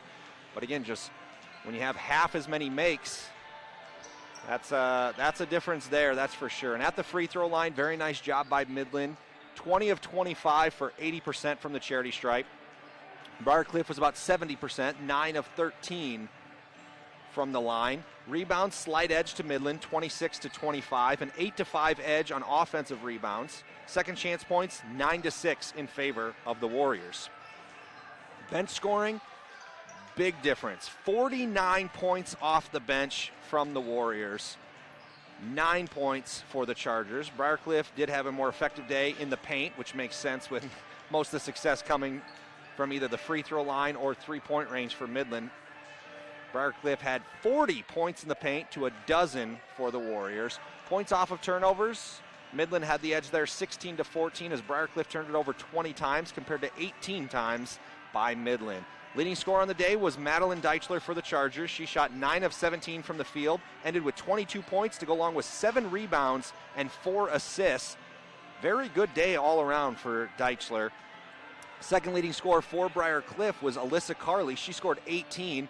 And again, on the game, she surpassed 200 career three-pointers made, and she became the 34th member of the 1,000-point club for Briarcliff in women's basketball history, the same week that Ethan Friedel entered the 1,000-point club for the men's squad. So a pair of Chargers surpassed 1,000 points in their career this week. Congratulations to those two players, especially Alyssa tonight, as today's the day she hit her 1,000th career point. Connor Sudman also finished in double digits. She had 13 points to go along with 6 rebounds and 3 assists. For Midland, they were led by Lexis Haas off the bench. She had 20 points. She was 7 for 8 from the free throw line. Their second leading scorer was Maddie Meadows. She had 13 points, was 4 of 6 from three-point range, and really came up clutch. That third quarter, I think she had at least 2, if not 3 of those three-pointers, all of which seeming from about the same spot, that left side, not quite all the way in the corner, but pretty darn close. That was her hot spot, and they just kept feeding her, rightfully so. Lexi Kraft also finished in double figures for the Warriors with 11. Haas was the team's leading rebounder with 5. Kraft was the top distributor with 5 of her team's 15 assists. Briarcliff actually had more assists as a team. They had 17. Again, Peyton Slaughter led the way with 5 assists. Deichler had 4, and 3 each from Connor Sudman and Alyssa Carley. And again, final score 82 for Midland, 71 for Briarcliff. As I've been trying to follow along this College St. Mary Mount Marty game, shows with 13 seconds on the clock, Mount Marty does lead that one 56-53. Looks like an exciting finish happening in Yankton. But we're going to take a break. When we come back, we will get set for the men's action. We're about 23 minutes away from tip-off, so I'm going to take a few moments of letting my voice recoup a little bit. And we will have men's action, Briarcliff versus Midland, in men's basketball GPAC action coming your way here on the Charger Sports Network. Again, final score from the women's game. Midland wins it 82-71. When coming to Briarcliff, it feels like you're coming home.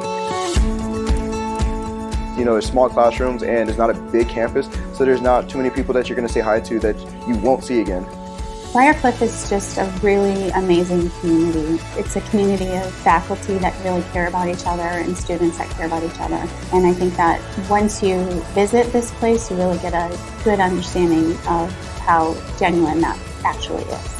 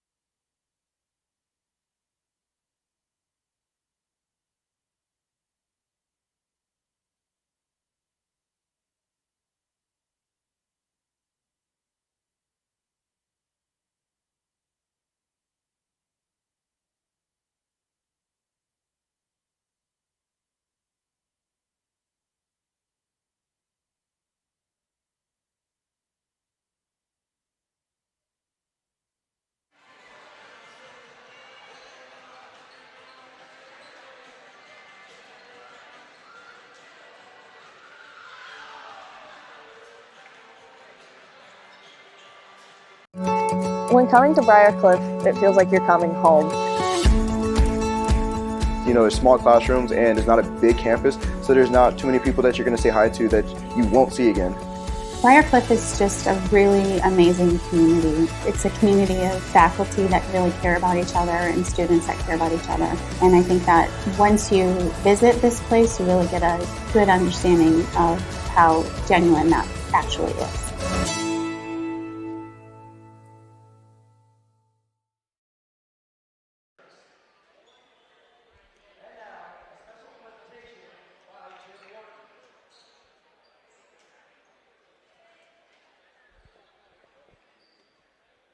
Hello, fans, and welcome to Ray Nacky Court in the Newman Flanagan Center. As before getting tipped off here in men's basketball action, there's a special presentation taking place on center court here as Jim and Lynn Johnson, a couple of super fans for Briarcliff, are being handed a token of their appreciation. Jim and Lynn, they have been a part of the Briarcliff family for more than 20 years now, as their son, Trent, was a basketball player here for Briarcliff in the late 90s. And the Johnson family has been hooked on Briarcliff basketball ever since. And the lovely family, those two are just incredible. They're at pretty much every game here at Briarcliff and always bring goodies, cookies, treats, and other things for the Chargers for postgame. And great job here by the coaching staff of Briarcliff, wanting to show appreciation. They have given a nice little commemorative token for the Johnson family, and the seniors for Briarcliff will be presenting them with a signed ball as a thank you for all the things that they've done for the Briarcliff basketball program for the last 20 plus years. Johnson family also big-time donors to the program and actually basically have helped fund the Holiday Classic tournament when hosted at Briarcliff. More than 19 years they have kind of been the back-end supporters for that. As we're going to quickly go over the starters here today, as looks like the starters have been input for Midland, the visitors. They have at guard a 6'3" freshman from Creston, Iowa, Kylan Smallwood. Another guard, a 6'1" freshman from Omaha, Nebraska, Jake Rushoff. Next, a freshman forward standing at 6'6" from Pender, Nebraska, Samuel Malu. And then a 6'3" sophomore guard from Johnston, Iowa, Bowen Sandquist. And finally, a 5'11" junior guard from Chicago, Illinois, Lawrence Merritt. It's a very young squad here for head coach Oliver Drake, as he's got 3 freshmen, a sophomore, and a junior in the starting rotation for the Chargers. A 6'2" sophomore guard from Sheldon, Iowa, Jaden Klein-Hesselink. A 6-foot junior guard from T, South Dakota, and the newest member of the 1,000-point club for the men's program, not for Briarcliff, as we saw Alyssa Carley reach 1,000 points during the women's game, but Ethan Friedel reached 1,000 points in his career on Wednesday night as the Chargers upset number 10, Dakota Wesleyan. Next up is reigning National Player of the Week, Jackson Lamb. He's a 6'4" senior guard from Greenfield, Iowa. Next up, a freshman guard standing at 5'11" from Harrisburg, South Dakota, Nick Hoyt. And at the post, number 25, a 6'8" junior forward from Pocahontas, Iowa, Austin Roteman. Again, looking at some key notes for the Chargers here today. Jackson Lamb, the senior, again, reigning National Player of the Week, as he put up 54 points to go along with 11 rebounds against Mount Marty last week. Then followed that up with 24 points, 10 rebounds, 7 assists as the Chargers knocked off previously unbeaten Morningside here on Ray Nacky Court. That earned him National Player of the Week honors. Well, Jackson, he's sitting at 355 three-pointers in his career. That is just 3 away from the program record, currently held by Clay Harold, a 2016 graduate for the Chargers. Again, Clay had 358 in his career. Jackson sitting at 355. Little interesting note, when it comes to three-pointers, Ethan Friedel has 195 in his career. That's 10th all-time. And there are a lot of people that are either here today or have been here within the last couple of years that are on that top 10 list for three-pointers. As under head coach Mark Sfigera, threes, that's the story for the Chargers. Again, Jackson is hoping to become the all-time leader as he's just 3 away from it, so he's sitting at number 2 currently. Ethan Friedel is 10th with 195. Last year's GPAC Player of the Year, Jay Wolf, he's 5th on the all-time list at 246. And then 2 guys on the sideline today, Eric Erdman, Ethan's brother, Eric Erdman, and assistant coach Brian Forbes are number 7 and 8 on the all-time list. Eric had 225 in his time with the Cliff as he graduated last year and is a graduate assistant with the program now. And Forbes at 213 is 8th all-time. So it's real interesting just how many guys that are still hanging around are right there near the top.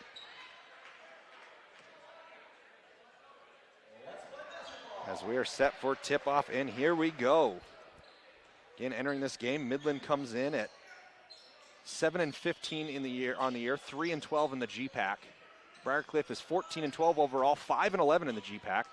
Midland won the matchup earlier this year, but Briarcliff has looked like a completely different team over the last week as they've come up with victories against the 3 ranked teams in the conference the last 3 games. A road win against number 17 Mount Marty, a home victory against number 1 Morningside, and another home victory against number 10 Dakota Wesleyan as the shot was missed, but Austin Roteman was fouled on a rebound attempt, so Briarcliff still has it. Jackson Lamb, three-pointer, good. Number 356 of his career as Jackson gets 1 closer to the all-time mark for the Chargers. Midland with the basketball as a travel's going to be called. Going down inside was Kylan Smallwood. The Creston native, though, gets called as that's a turnover. Possession to the Chargers. Friedel coming off a 33-point game has it, gives it to Klein Hesslink. Now Roteman with it. Nick Hoyt now has it. And Jackson Lamb makes it so all 5 Chargers have touched the ball in this possession. Lamb goes up strong, tough defense, but gets that one to fall. 5 quick points for the GPAC scoring leader. Jackson Lamb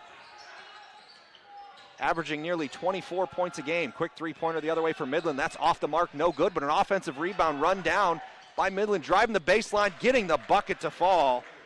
That's Lawrence Merritt with the first 2 points for Midland here today. Briarcliff now with it. Friedel gives it to Roteman. Roteman hands it to Friedel. He's got a wide open 3, put it off the front iron, no good. Back the other way with it. Now is Midland.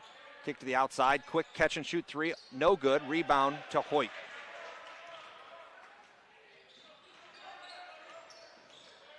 Hoyt drives in, nothing there. Tries to go to Roteman, out. Too far out of his reach, though. That'll go out of bounds. Turnover on the Cliff.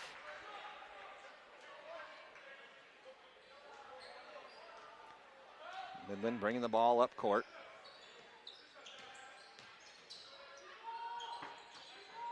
Warriors go around the horn with it now, back up top to Melu.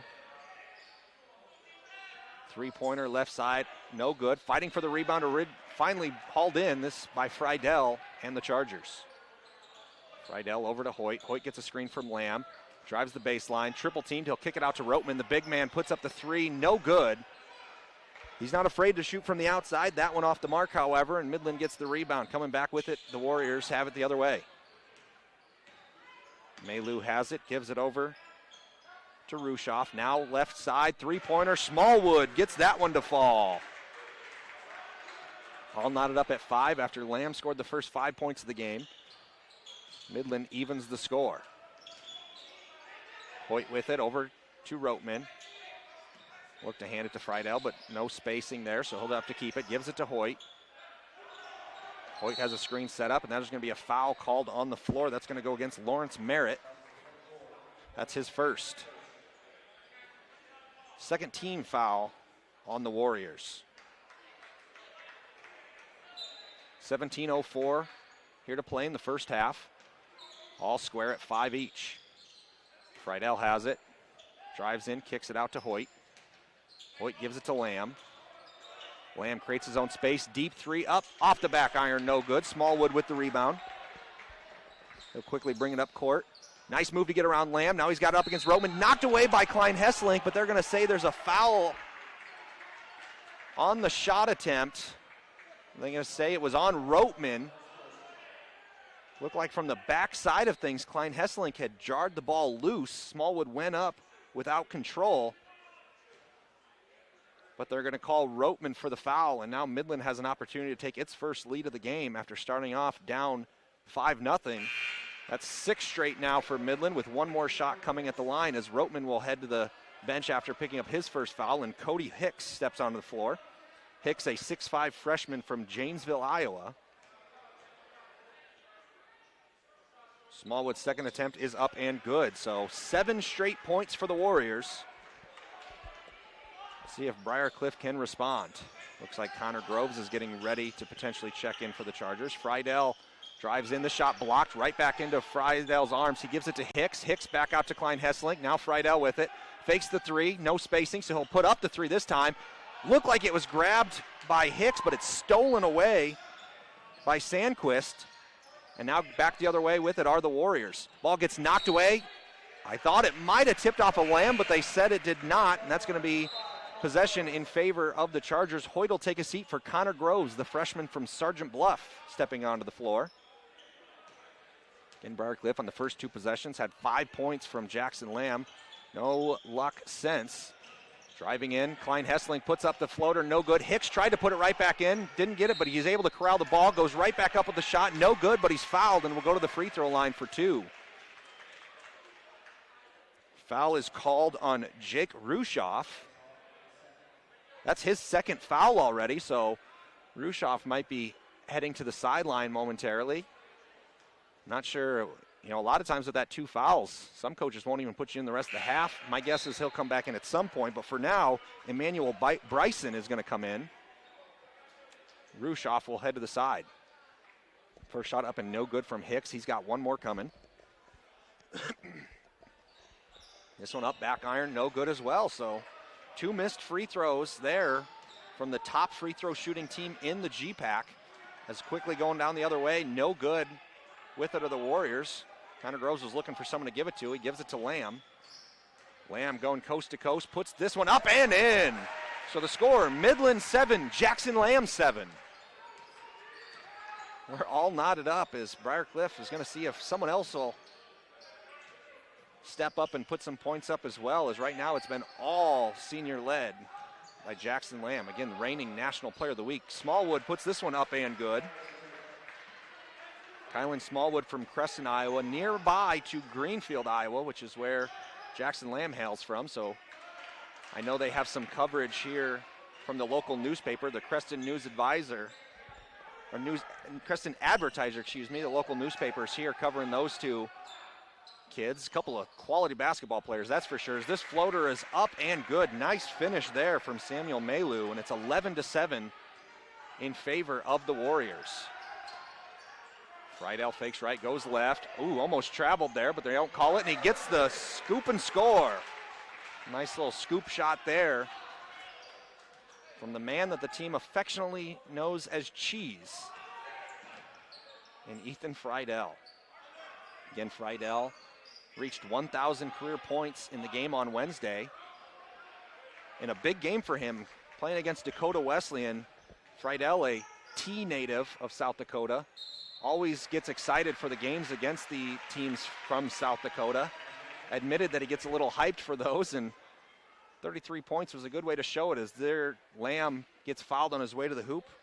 That's going to be the first foul on Maylou, and Lamb will head to the line for 2.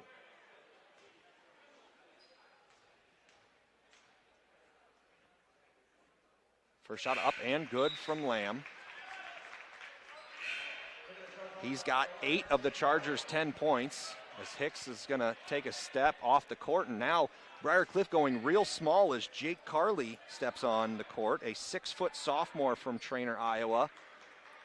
So right now it's 5 guards, and think Jackson Lamb might be the biggest guy on the floor. And he's your top scorer, a scoring guard. He is 6'4", but not typically used to playing the post, and defensively at least, that's where he's standing. Catch and shoot three-pointer, no good from Midland. Some contact, no foul, but Briarcliff does end up coming with the ball. Aggressive defense there from Emmanuel Bryson. Gets away with it, but not able to get the offensive board. As there, Bryson's called quickly on the defensive side of things for a foul. That's his first. Team's 5th foul, so Briarcliff has only been whistled for 1 infraction, 5 for the Warriors. As Briarcliff nearing the bonus. Early in this game as there's 14:02 left to play in the half. Klein Hesselink with a smooth move, but not able to get the tough finish. Had a great move to get around the first defender, but was going to have a little bit more of an issue with the post, and he's not able to finish as Jackson Lamb gets called for the foul. His feet start to slip from under him as he was trying to guard Smallwood.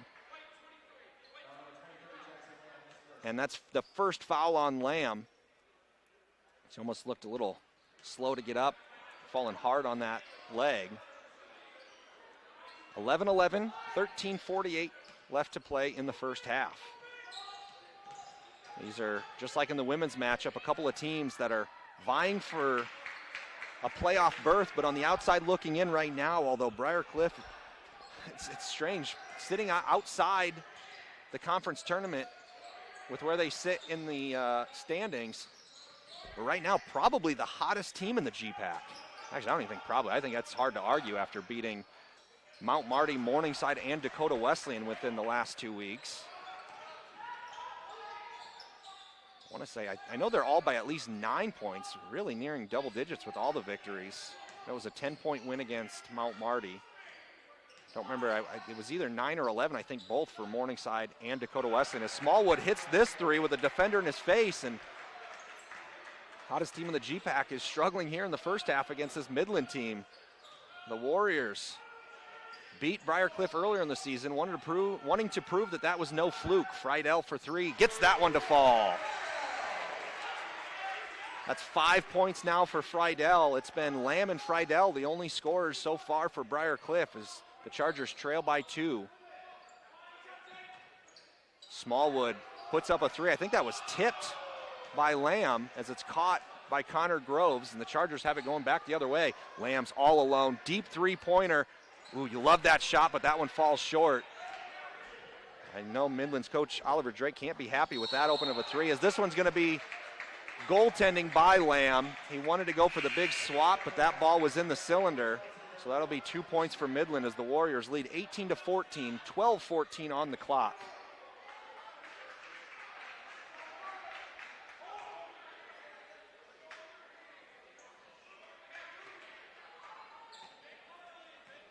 So it's a 4-point lead for Midland. Briarcliff with the basketball. Carley with it, hands it to Lamb. Lamb driving in, getting bodied up by the defender, kicked out to Carley. Now Friedel with it. He drives in. Nice move to split some defenders and get the tough lay-in to fall. That's 7 points now for Friedel. So 9 from Lamb, 7 from Friedel. Smallwood's actually the leading scorer in the game right now, though. He's got 10. So really top-heavy scoring early in this one. Ball gets knocked away, but corralled back in by Midland, but it's eventually knocked out of bounds by the Chargers. There's Emmanuel Bryson, a 5'9" sophomore from Grovetown, Georgia, trying to split the defense. Unable to, but Midland will still have the ball. Lobbed into Smallwood as Lamb fell to the floor. Smallwood had some space, didn't realize it right away, as kicked it back, and now the ball's loose, falling to the floor. They're going to call a travel on Smallwood. He dove to the floor and got it, but then his feet came lifted up. As Lamb's been knocked onto the floor a few times, and again, kind of gingerly getting up, but he seems to be fine. But man, some hard-fought action. I know the man here looking to cover Smallwood and Lamb, he's down there taking photos underneath the baseline on the opposite side of where our camera's at now. But Larry Peterson's got to be loving seeing this local flair that he's got to cover. Both playing incredibly well and incredibly hard. As now a quick drive and a score coming from off the bench. That's Will Johnson sneaks in for 2. Looks like Johnson as well as Quinn Vesey are on the floor for Briarcliff. As Smallwood gets it knocked down, he's able to corral it back in though. Now Merritt puts up the floater. This one's up and good. So Midland retakes the lead after Briarcliff had tied it. Midland quickly gets a timeout. The Warriors lead by 2, 20-18 with 11:07 on the clock. We'll take a quick break here as it's a full timeout again. Midland leading 20-18 here on the Charger Sports Network. When coming to Briarcliff, it feels like you're coming home.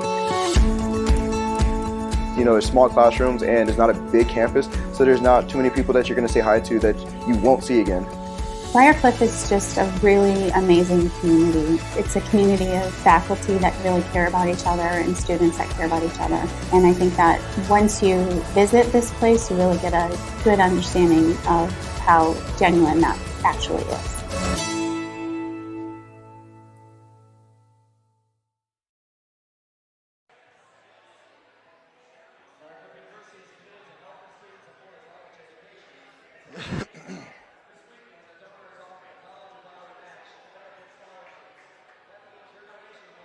And welcome back to the Newman Flanagan Center. Timeout was called on the floor by Midland as the Warriors currently lead 20-18 here on the Heartland Chiropractic Associates scoreboard. Briarcliff with the basketball down by 2. A lot of top-heavy scoring so far in the game for Briarcliff. 9 points from Jackson Lamb, 7 from Ethan Friedel, and 2 from Will Johnson. For Midland, Kylan Smallwood with 10. Lawrence Merritt with 8, and then 2 from Samuel Malu. As Jackson Lamb goes through the defense, and my goodness, I thought a defender had his hand on that basketball and it was going to be a turnover. Lamb powers through, however, and gets it up and in. He's up to 11. And Bryson got his legs moving before the dribble, so that's going to be a turnover. As Briarcliff trying to do a substitution, somebody has to leave the floor, though, as Jake Carley will step off. Nick Hoyt, the starter, back into the contest, right in front of the student section for Briarcliff. We're all tied up at 20, 10:48 to go here in the first half. Johnson gives it over to Hoyt. Hoyt to Friedel. Friedel up top to Johnson. Lamb is still kind of moving all around, playing some post, playing outside. Friedel gets it, drives the baseline, stops his dribble, puts this one up. It was partially blocked from the backside, no good. Rebound goes to Smallwood and the Warriors. Smallwood sets a screen, asks for it back, not going to get it. Sandquist has it. Now over to Smallwood, right side. Smallwood guarded by Hoyt, will just kick it up top. Deep three-pointer, up and good. Not much you can do defensively there.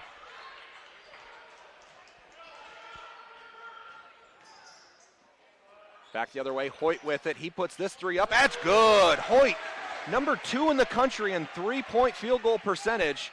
Gets his first try there and drains it. All tied up at 23. Smallwood with it. Guarded by Friedel. This one's tipped away by Vesey. He's being chased by Smallwood. Vesey goes and he's fouled on the way up. Nice job by Smallwood trying to catch up with that, but he ends up getting the foul. And for Smallwood, that's going to be just his first foul as Quinn Vesey will head to the free throw line looking to give the Chargers a lead here. We're tied at 23.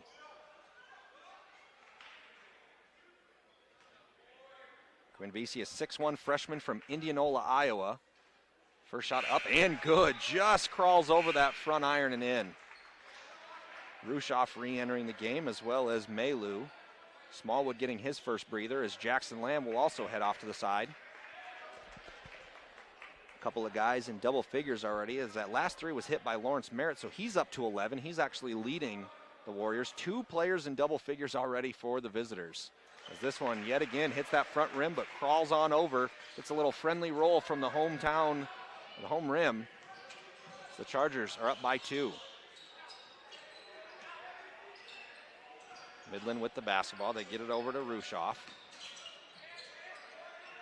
Rushoff out to Sandquist. Sandquist puts up the tough jumper. No good. Vesey with the rebound. Gives it to Friedel. Again, Friedel coming off a 33-point performance on Wednesday as the Chargers upset number 10 Dakota Wesleyan here on Ray Nackey Court. Johnson with it, gives it to Friedel. Friedel looking inside to Roteman, lobs it in beautifully to him, and Roteman gets it with the finish. Picture perfect pass, catch, and layup there from those two.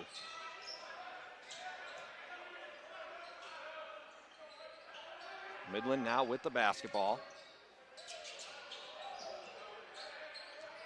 Merritt has it again. He's at 11 points. He's tied with Lamb for the game high. So we're 8:40 to play here in the first half. This was partially blocked, it looked like initially, but a strong finish there from Bryson gets it to fall. Good defense by VC. But somehow that was able to get enough to get up and in. Roteman with it now. And that's going to be an offensive foul as Roteman put his shoulder down and knocked down the defenders.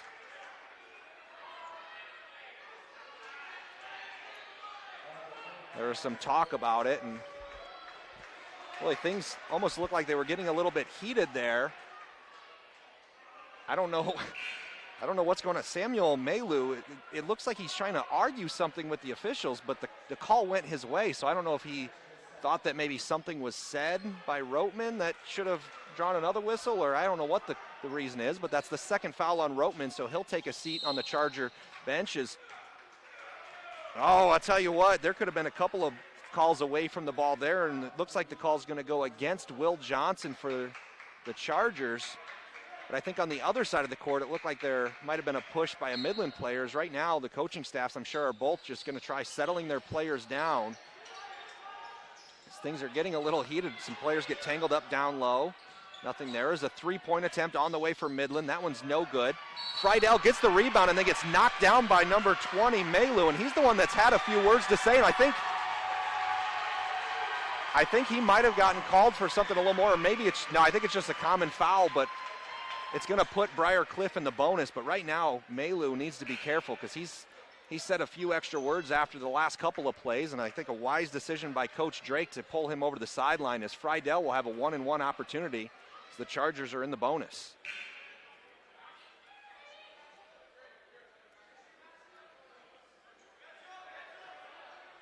It looks like Jackson Lamb on the other side of the court has a big cut on his chest.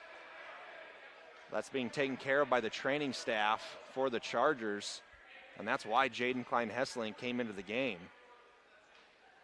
The Chargers don't want Lamb on the sideline much, as Lamb wanted to come run. He'd just gotten subbed in. So Gare tell him to sit down, and he'll get put back in here momentarily, as both free throws are hit by Friedel. As the Chargers are up by 4, Midland with the basketball.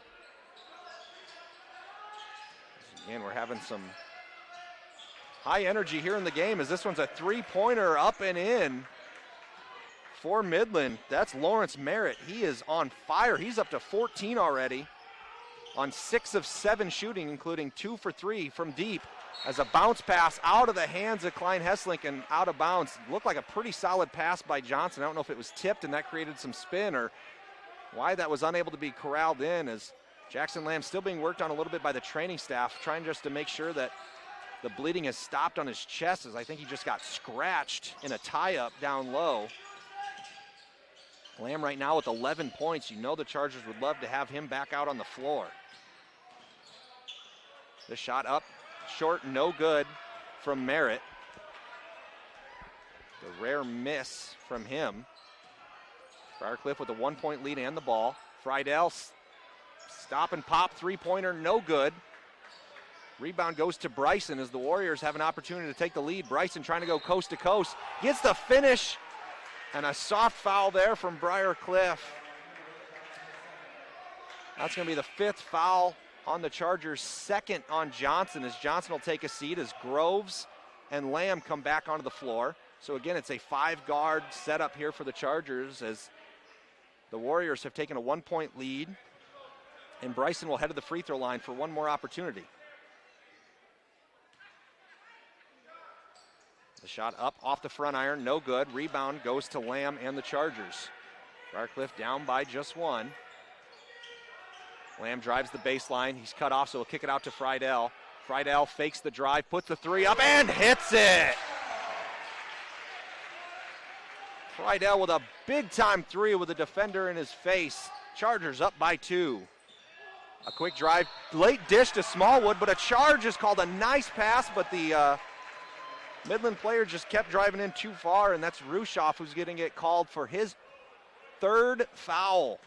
So Rushoff has to be careful. They didn't get a sub in time. The Chargers have inbounded the ball. Rushoff on the floor with 3 fouls, and we still have 6.5 to play in the first half. Briarcliff with the basketball. Klein Hesselink drives in. Gets this tough one to fall off the glass. Nice shot there from the sophomore. First points of the game for Klein Hesselink. Chargers up by 4. Rushoff with it. Deep three-pointer up and good. Now it's probably a good thing for the Warriors that he didn't have a chance to get subbed yet as he hits that big three-pointer. Hoyt drives in, gets stopped. He'll kick it out to Friedel. Friedel drives. The ball was partially blocked. Little extra shove there at the end. No call as the Midland coming back the other way. Three-pointer on its way. No good. Groves with the rebound as the Chargers will slow things down. 5:47 on the clock here in the first half. Groves left alone. Deep three-pointer. Gets it to fall. 37-33. Briarcliff with the lead. 5:35 to go. First half. Smallwood has it. Over now to Rushoff. They get it over into the corner. Nice move to get into the paint. A lot of contact, no foul. Lamb with the rebound, and he's fouled by Bryson. Bryson is pleading his case that he was fouled on his shot attempt, but no such luck getting that call. Oh, and they're going to say the foul's on Smallwood. That's his second foul. As Lamb will go to the other side for a 1-and-1. That's the 9th team foul on Midland. So after this one, the Chargers will be in the double bonus. But for now, a 1-and-1 opportunity for Lamb. Lamb with 11 points. This one's up and good. He now has matched teammate Ethan Friedel with 12 points. That's a high on the team. Not in the game, Lawrence Merritt for Midland has 14.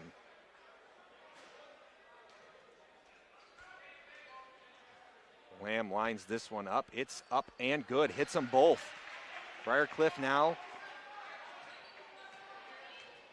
8 of 10 from the free throw line. Lamb is a perfect 4 for 4.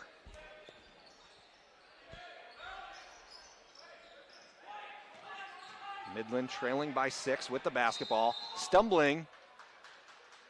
They're just going to call an inbound. He stumbled over the ref's foot, it looked like, and the official just basically called that it was his mistake and that Midland would retain possession. Not sure I've seen that one before.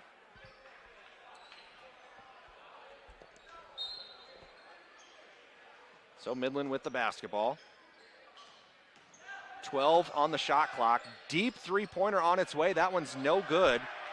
Lawrence Merritt started hot from 3, but he's missed a couple here lately. Klein Hesselink pops for 3. That gets it to fall. There was a little stutter there where some indecisiveness. He wanted to make sure his foot was behind the line for 3. I wasn't sure if that was going to mess up the flow, but it did not. Klein Hesselink drains the 3. He's up to 5 points, and the Charger lead is up to 9. Timeout on the floor by Midland. We'll stay here and go over some of the stats that we have so far in this first half. It's 42-33 on the scoreboard. Briarcliff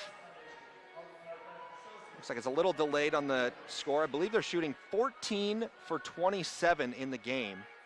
Better than 50%, 6 of 13 from 3.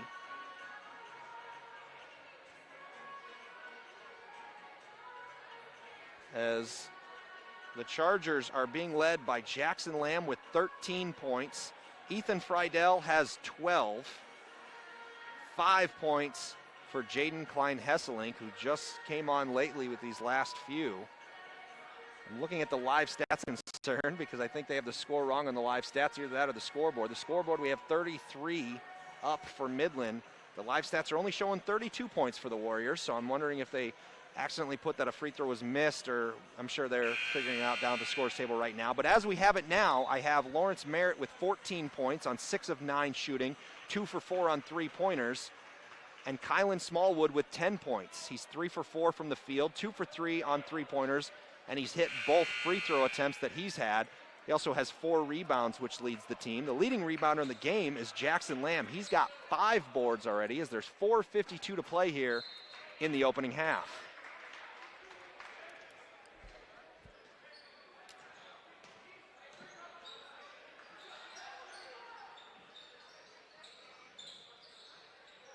Midland with the basketball here.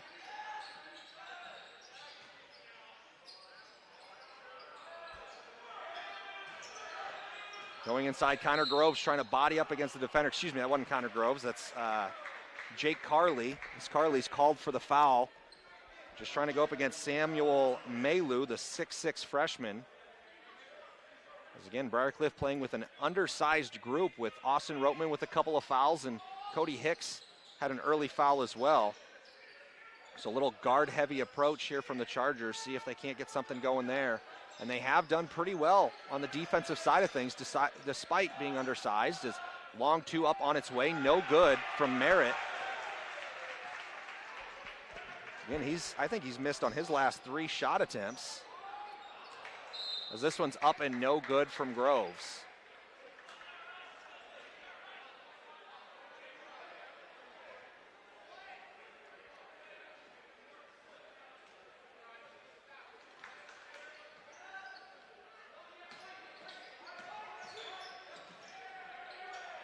Another quick shot attempt, another miss there as Merritt was feeling it early and is kind of forcing it at the moment as Groves with a quick three-pointer off the back iron, no good. As the offenses have both stalled here the last couple minutes. Merritt thought about a deep three again. This time he thinks better of it. I'll kick it around. Now back to Merritt. He kicks it off to the corner to Bryson. Bryson gives it up for an open three-pointer, up and good. Arturo Montez with the three, and it's a 6-point Charger lead. Klein Hesselink wanted to hand it off to Lamb, but Lamb's being guarded pretty well. He eventually does get it to him. Some contact, no foul. Lamb gets the ball knocked away, but right back to him. Gives it to Klein Hesselink. Klein Hesselink looked like he wanted to kick it out to Carley, but he's fouled in the process. And that's going to be the double bonus, so Klein Hesselink will get 2 free throws. See who they called that one on. Looks like the call is on Dre Vance, who's into the game for the Warriors. His first. Again, the team's 10th. Klein Hesselink steps up at the free throw line. First shot off the front iron, no good. That's the first free throw attempt of the game for Klein Hesselink. The first miss since Cody Hicks missed the first pair for the Chargers.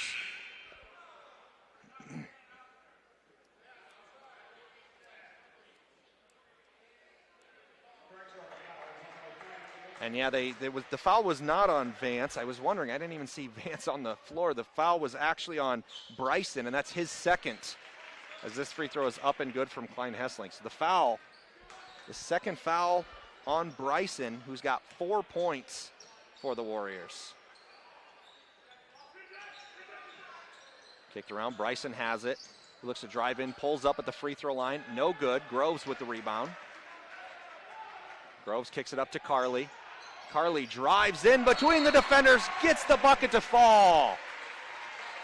Timeout on the floor by Midland as Coach Drake is visibly upset with his team right now as they trail by 9, 45-36 in favor of the Chargers.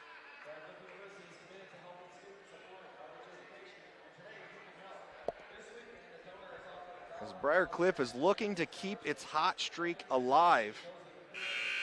Again, entering last week, the Chargers' chances at making the postseason looked bleak, to be honest. At 2-11, with the upcoming schedule of at number 17 Mount Marty and then hosting number 1 Morningside and number 10 Dakota Wesleyan.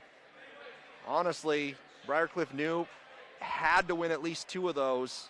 Winning 1 was going to be a challenge. And Mark Sfigera and crew went above and beyond and took all 3. Chargers are still 1.5 games behind Hastings for that 8th spot. But the Chargers are playing well. And there's still an opportunity at becoming potentially the even as high as 6 or 7 seed in the GPAC tournament if all goes well. But the Chargers have to keep taking care of business. And Midland is trying to get in the way of that. Midland at 3-12 in conference play. Showed some fight early and had a lead in this one.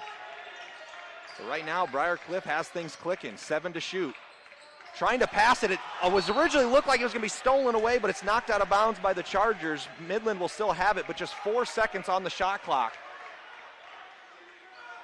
The Warriors looking to inbound this one. Lawrence Merritt will have it underneath the hoop. They kick it out, 3 to shoot, got to do something with it. I'm not sure if Midland, it looked like Bowen Sandquist had no idea where the shot clock was at, and there was no hurry on his part to try getting that shot up. Great defense there by the Chargers to create that turnover. Briarcliff now with it. Will Johnson back into the game. He has it. Gets caught in the left corner, kicks it out to Friedel. Catch and shoot, three-pointer, gets it to fall. He's knocked to the floor, no foul, but he gets the shot. Friedel coming off a 33-point performance on Wednesday. He's having another great game as he's up to 15 here today. Again, on Wednesday, Friedel joined the 1,000-point club as he's looking like, my goodness, if he keeps up what he's doing tonight. He's a junior who dealt with some injury, missed some games earlier this year, but man, he's still probably got his eyes set on a potential 2,000. Friedel's fouled on the floor here. That's going to go against Bryson. That's his third, so some foul trouble here for Midland as Bryson has 3 fouls now. Rushoff already has 3. 2 fouls each from Smallwood and Maylou. And this Midland team, not incredibly deep,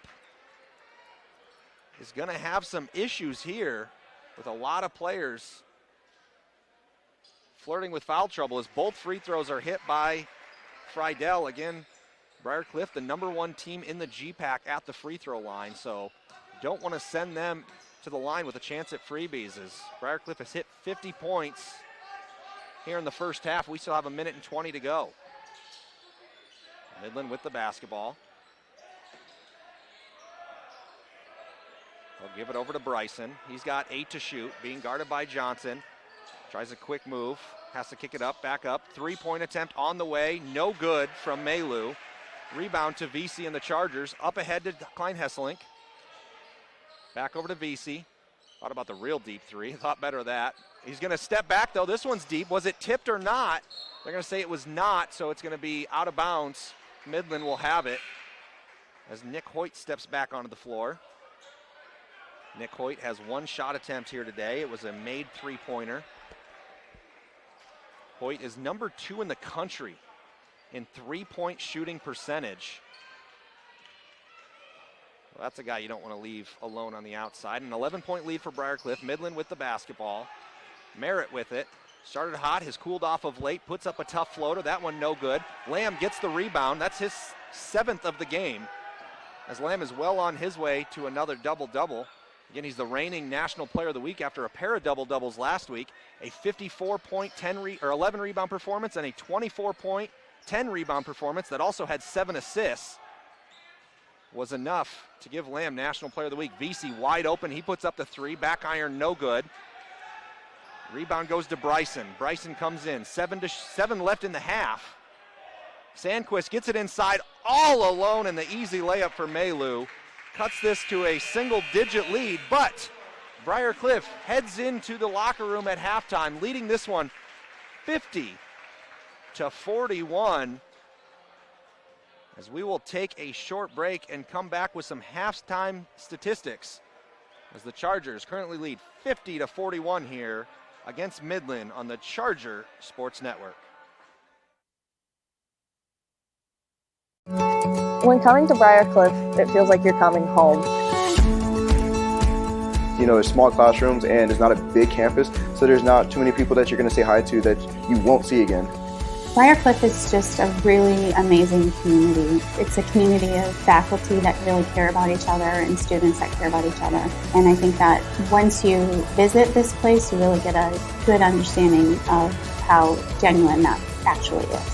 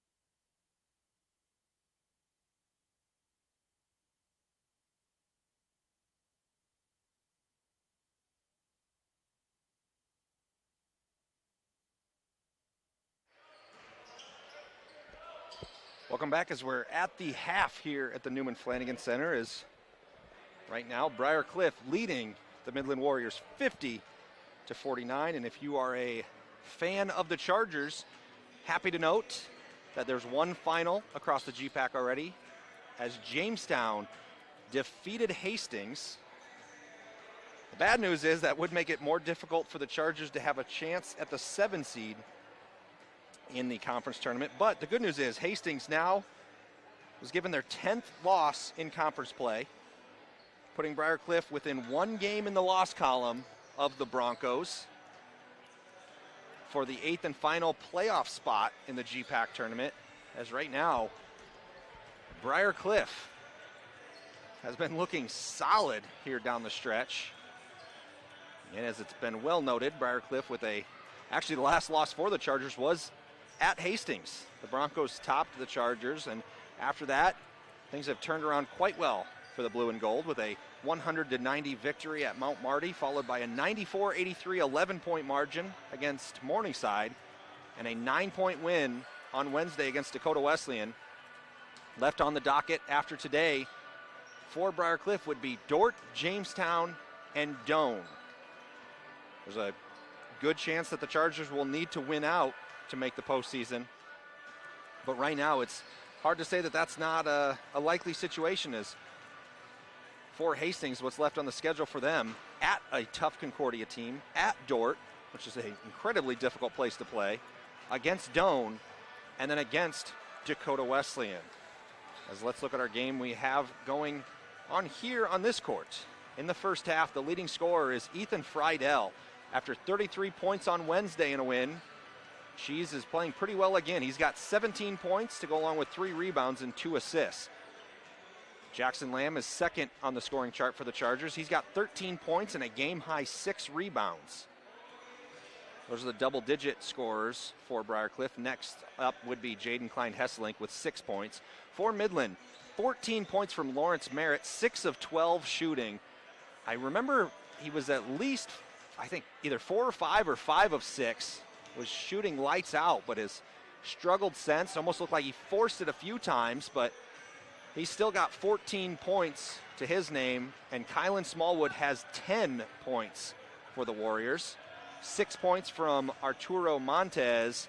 The leading rebounder is Emmanuel Bryson with 5. Both teams are, just like in the women's game, the teams are actually shooting identical from the field after one half. Both teams are 16 for 33 for 48.5%. Both teams have made 7 3-pointers. Midland with actually a better percentage with 2 less attempts, 7 of 16 for 44%. The Chargers are at 39%, 7 of 18. But the Cliff has gotten to the free throw line early and often, as the Chargers are 11 for 14 from the charity stripe for 78.5%. Midland is just 2 of 3 from the line for 67%. Rebounds dead even at 17 apiece. Both teams have 1 offensive rebound to 16 defensive rebounds. That 1 offensive rebound for Midland did turn into 2 second chance points. Briar Cliff was unable to capitalize on their second chance opportunity. Briar Cliff has a 7-4 advantage on assists, 1-0 lead in steals. Midland has turned the ball over 6 times to only 3 times for the Cliff. Briar Cliff with 1 block shot to its record, none for Midland, and that's how we have this halftime score of 50-41 as we are getting set for second half action here on Ray Nackey Court in the Newman Flanagan Center. As Briar Cliff is hoping to get within, or stay, I guess, within 1 in the loss column to Hastings for that 8th and final postseason spot. As the season winds down in the GPAC, it has been a great season in the GPAC. I mean, I think there's no better way to look at how tough this GPAC team is than to realize that this Briar Cliff squad is on the outside looking in for just a conference tournament berth. This is a team that in the last 2 years has reached the quarterfinals of the NAIA Division II National Tournament. And they are just scratching and clawing, hoping to make the conference tournament. Just crazy what happens. And mostly it's because the front load of the schedule for the Chargers was road heavy. And winning on the road in this conference is not an easy task, as Midland is trying to do just that here today, trailing by 9. A miss by Jackson Lamb for 3 has Midland with the basketball back. The Warriors now with it. A drive here and the layup. Watch out for Lawrence Merritt. He got hot early in the first half as he gets a quick 2 in this half. He could turn things quickly as some miscommunication there. Nick Hoyt thought that Klein Hesselink was going to come back for the ball. Jaden cut to the hoop instead, and the ball gets thrown into the student section here in the Newman Flanagan Center. And Midland will have the basketball. Hoping to spark some second half energy here for the Warriors. Smallwood with it. Picks up his dribble, gives it over to Merritt. Merritt thought about a deep 3, thinks better of it. Just his decision making seems to be a little bit better than it was early in that, or midway through that first half. He was trying to force it. Now he's realizing, wait till it's there. Smallwood with it, being guarded by Hoyt. He drives up over Roteman, gets knocked to the floor. No foul called, but gets that finish. As Coach Drake is just livid over on the Midland sideline, expecting the and one on that one. Friedel with it, bounce pass to Roteman. We didn't see much of him in the first half after he picked up a couple early fouls. Hoyt hands it to Klein Hesselink. He's got a deep 3, wide open, puts it up and in. Briarcliff tends to live and die with the 3-pointer, and they hit that one. Midland with the basketball. Smallwood drives in, kicks it out to Merritt. Merritt drives the baseline, back out to Smallwood. Good defense being played by the Cliff. This one a deep 3-pointer, up no good off the back iron from Jake Rushoff. He's got to be careful. He's got 3 fouls as he misses the 3 there. Lamb with the spin move, gets hit in the head, somehow gets that one to fall. Beautiful move there by Lamb, who comes up a little ginger as he hit the floor hard, but he got swatted in the head. Basically just tried throwing the ball up any way he could, and somehow it finds its way in. That's going to be the 3rd foul on Samuel Maylou. So again, some foul trouble being an issue for Midland as Lamb will head to the free throw line for one more and gets it. My goodness, what a finish there from the senior. 56-45, Briarcliff with the lead, 17:45 on the clock here in the second half. Merritt has it, gets a screen, drives inside, comes back out. Catch and shoot, 3-pointer, no good. Rebound goes to Lamb and the Chargers. For Lamb, that's, thought he'd already had 7 rebounds. Now they only show 6, so that will be the 7th rebound. So he's got another double-double in sight. Friedel drives in, thought there was a travel, and that is going to get called. Friedel looks over and agrees with the call. As Maylou with his 3 fouls will head to the bench. Montez checks back in. Montez has 6 points, and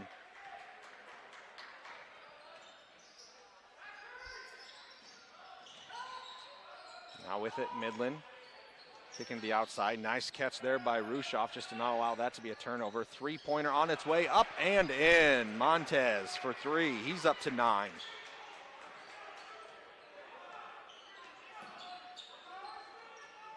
Hoyt now with it, hands it off to Lamb, back over to Hoyt. Thought about the 3, realized the defender got there in time, so gives it to Roteman. Friedel with it, he'll go over the top of a defender and gets that one to fall. Ethan Friedel with the 3, that's his 4th tray on the night. That puts him at 199 career 3-pointers. During the women's game, we saw Alyssa Carley hit her 200th 3-pointer of her career and reach 1,000 career points. Ethan Friedel hit 1,000 earlier in the week, and now he has a chance to make it 2 Chargers to reach 200 career 3s if he can get 1 more today. My goodness, Ethan Friedel, have a week. 33 points on Wednesday. He's got 20 here today, and we still have 16:48 to go where he can pile on a few more. 59-48. As yet again, it's the Lucky Duck Chuck here at the Newman Flanagan Center. Every fan being handed a rubber ducky to throw out on the floor. Closest one to the bullseye wins a gift certificate to Townhouse. Townhouse, one of our fine sponsors. We want to thank Rick Dominowski, big-time Briarcliff supporter, Briarcliff alum, and frankly, an establishment that he owns that has the best wings and pizza you'll find. So whoever won the Lucky Duck Chuck there, I'm sure will get a chance to Taste what I'm talking about. My goodness, those wings and pizza. Now I'm getting myself hungry. That's fine. I might stop by there after the game today, that's for sure. Midland now with the basketball, looking to cut it back to a single-digit deficit, trailing by 11. Good defense being played here by the Cliff. Kicked over to the corner. Merritt drives in, puts up the floater, gets it to fall. He's up to 18 points here today. Friedel with it, trying to drive around Smallwood, nothing there. Now they go inside to Roteman. Roteman backing down to the defender, slides over to the spin move, not able to get around him, goes up for the shot, and there's going to be a foul. That will be the first on Montez, and Roteman will head to the free throw line. Roteman with just 2 points in the game, but he's had limited minutes as he picked up 2 fouls early in the first half. Spent most of the half with a seat on the bench as this one's up and in.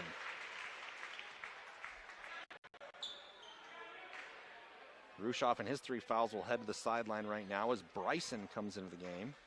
Bryson also has 3 fouls as Jake Carley looks to come in for the Chargers. He'll be coming in for the shooter, so the Coach Figuera has decided to go small with his lineup again. It had some big success in the first half when Roteman was out with foul trouble as Roteman gets this one to crawl over. Personally, if I see someone's checking in for the shooter, I'd probably miss the free throw on purpose. I just want to stay on the floor, but Roteman does the right thing and hits the freebie. 61-50, just under 16 to play in the half, is a foul away from the ball. That's going to be called against Jackson Lamb. For Lamb, his second foul. So he was trying to make sure that Kylan Smallwood wouldn't be able to get the ball easily on the inbound, as Smallwood has 12 points on 4 of 5 shooting here today. Merritt thought about a deep 3. He'll back it up and reconsider. Nice move to get around Klein Hesselink. He gets stopped, however. He kicks it back out. They go to the corner. 3-pointer Montez. Off the iron, no good. Friedel with a nice rebound as Montez was trying to follow his shot. Lamb now with it. Just runs at the back of Montez. Not able to get the layup to fall. Rebound now going back quickly the other way. Corner 3, no. Steps in, long 2, up and good. That was Bowen Sandquist with the 2, his first points of the contest. Friedel with it. Kicks it over to Hoyt. Hoyt picks up his dribble over to Friedel. Friedel gets it to Lamb. Lamb being guarded tightly as he's fouled on the floor. Merritt got a little aggressive there. Got both hands on Lamb. That's going to be the second, I believe. Yes, second foul on Merritt. Third team foul on the Warriors. We're under 15 to play, 14:57 on the clock. 61-52 is your score, led by the home team, Briarcliff Chargers. Over to Hoyt. Hoyt with the open 3, in and out, no good. Great look, that normally falls. As coming from the backside, Carley knocks it away for the steal. Nice hustle play there. Friedel steps up, he's got an open 3. It goes in and out, no good. Man, a couple great looks for the Chargers with some hot shooting players, and somehow that ball unable to trickle its way down the net. Now with the basketball, tough shot up and good with some contact. Foul's going to be called on Carley. A great shot there from Sandquist. After being held scoreless in the first half, he's got 4 quick ones here in the last couple of minutes.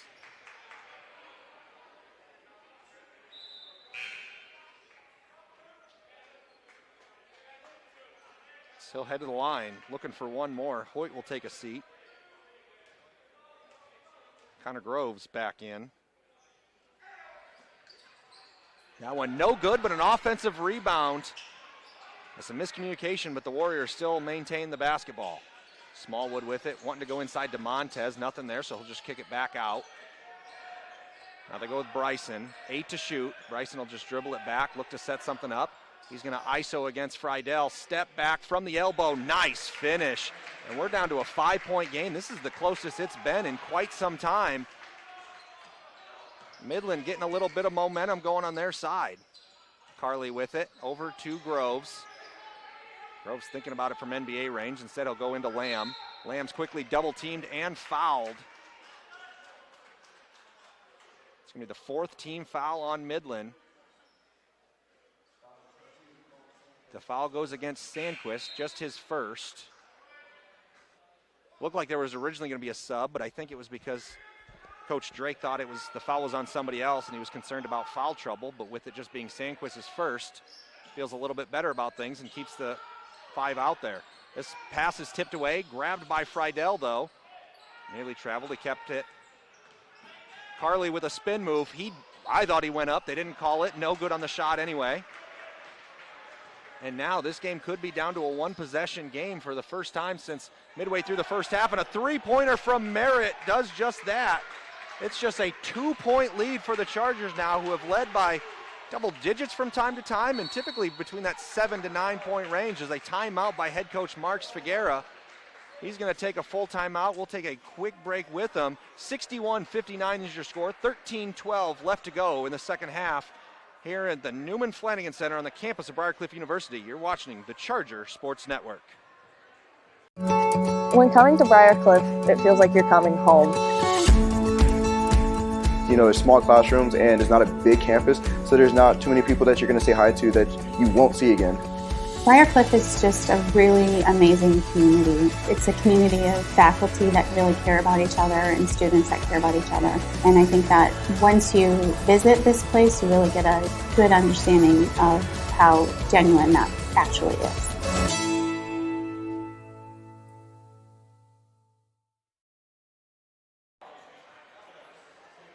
And welcome back to Ray Nackey Court at the Newman Flanagan Center. Timeout called by Briarcliff as the Chargers have led by double digits in this half, but with 13-12 remaining in the second half of action, that lead has been trimmed down to 2 by the visiting Warriors. So Briarcliff has stalled a little bit offensively. See if they can spark things back up after putting up 50 in the first half, sitting with just 11 here nearly 7 minutes in to half number 2. Friedel has a screen set up from Lamb. Tries to give it to Lamb, who mishandles that one. Gathers it back in, though. He's guarded by Smallwood. And again, the 2 hands on him. As a defender, you cannot put 2 hands on a man with the ball, and Smallwood gets caught doing that. That's his 3rd foul. That's one thing Briarcliff has done very effectively, is pressure these players from Midland into those fouls. It's Briarcliff looking to inbound it. Roteman gets it. He'll hand it back to Friedel. That was the 5th team foul in the half against Midland. Inside to Roteman. Roteman stalls and lets the defender swoop by him and puts the easy layup in to put Briarcliff back up 4. Smallwood now with it. Several Midland players now with 3 fouls. Smallwood, Bryson, as this 3 is in and out, no good. Tipped and grabbed by Jackson Lamb, who goes into the body of Smallwood. Good no call there, almost lost the basketball. But again, Smallwood, Bryson, and Rushoff, along with Maylou,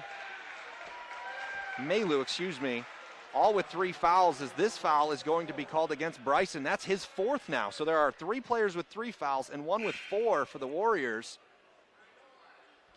And these are all difference makers for Midland, as this foul will send Ethan Friedel to the free throw line for 2 shots. First one up and in.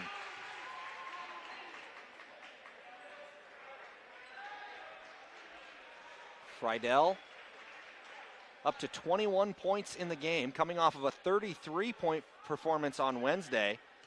Heck of a week here. Again, last week, Jackson Lamb was able to get not only GPAC but NAIA Player of the Week, and right now I would put Ethan Friedel up at the top of the list for a chance at least Conference Player of the Week this one, as he's nearing 60 points on the week. The shot up, no good, but tracking his own rebound. Nice play there by Sandquist to get the board. Midland with another opportunity here. Merritt has it. He'll dribble it back out, kicks it over. Long three-point attempt, up and good. I believe that was Bowen Sandquist with that three.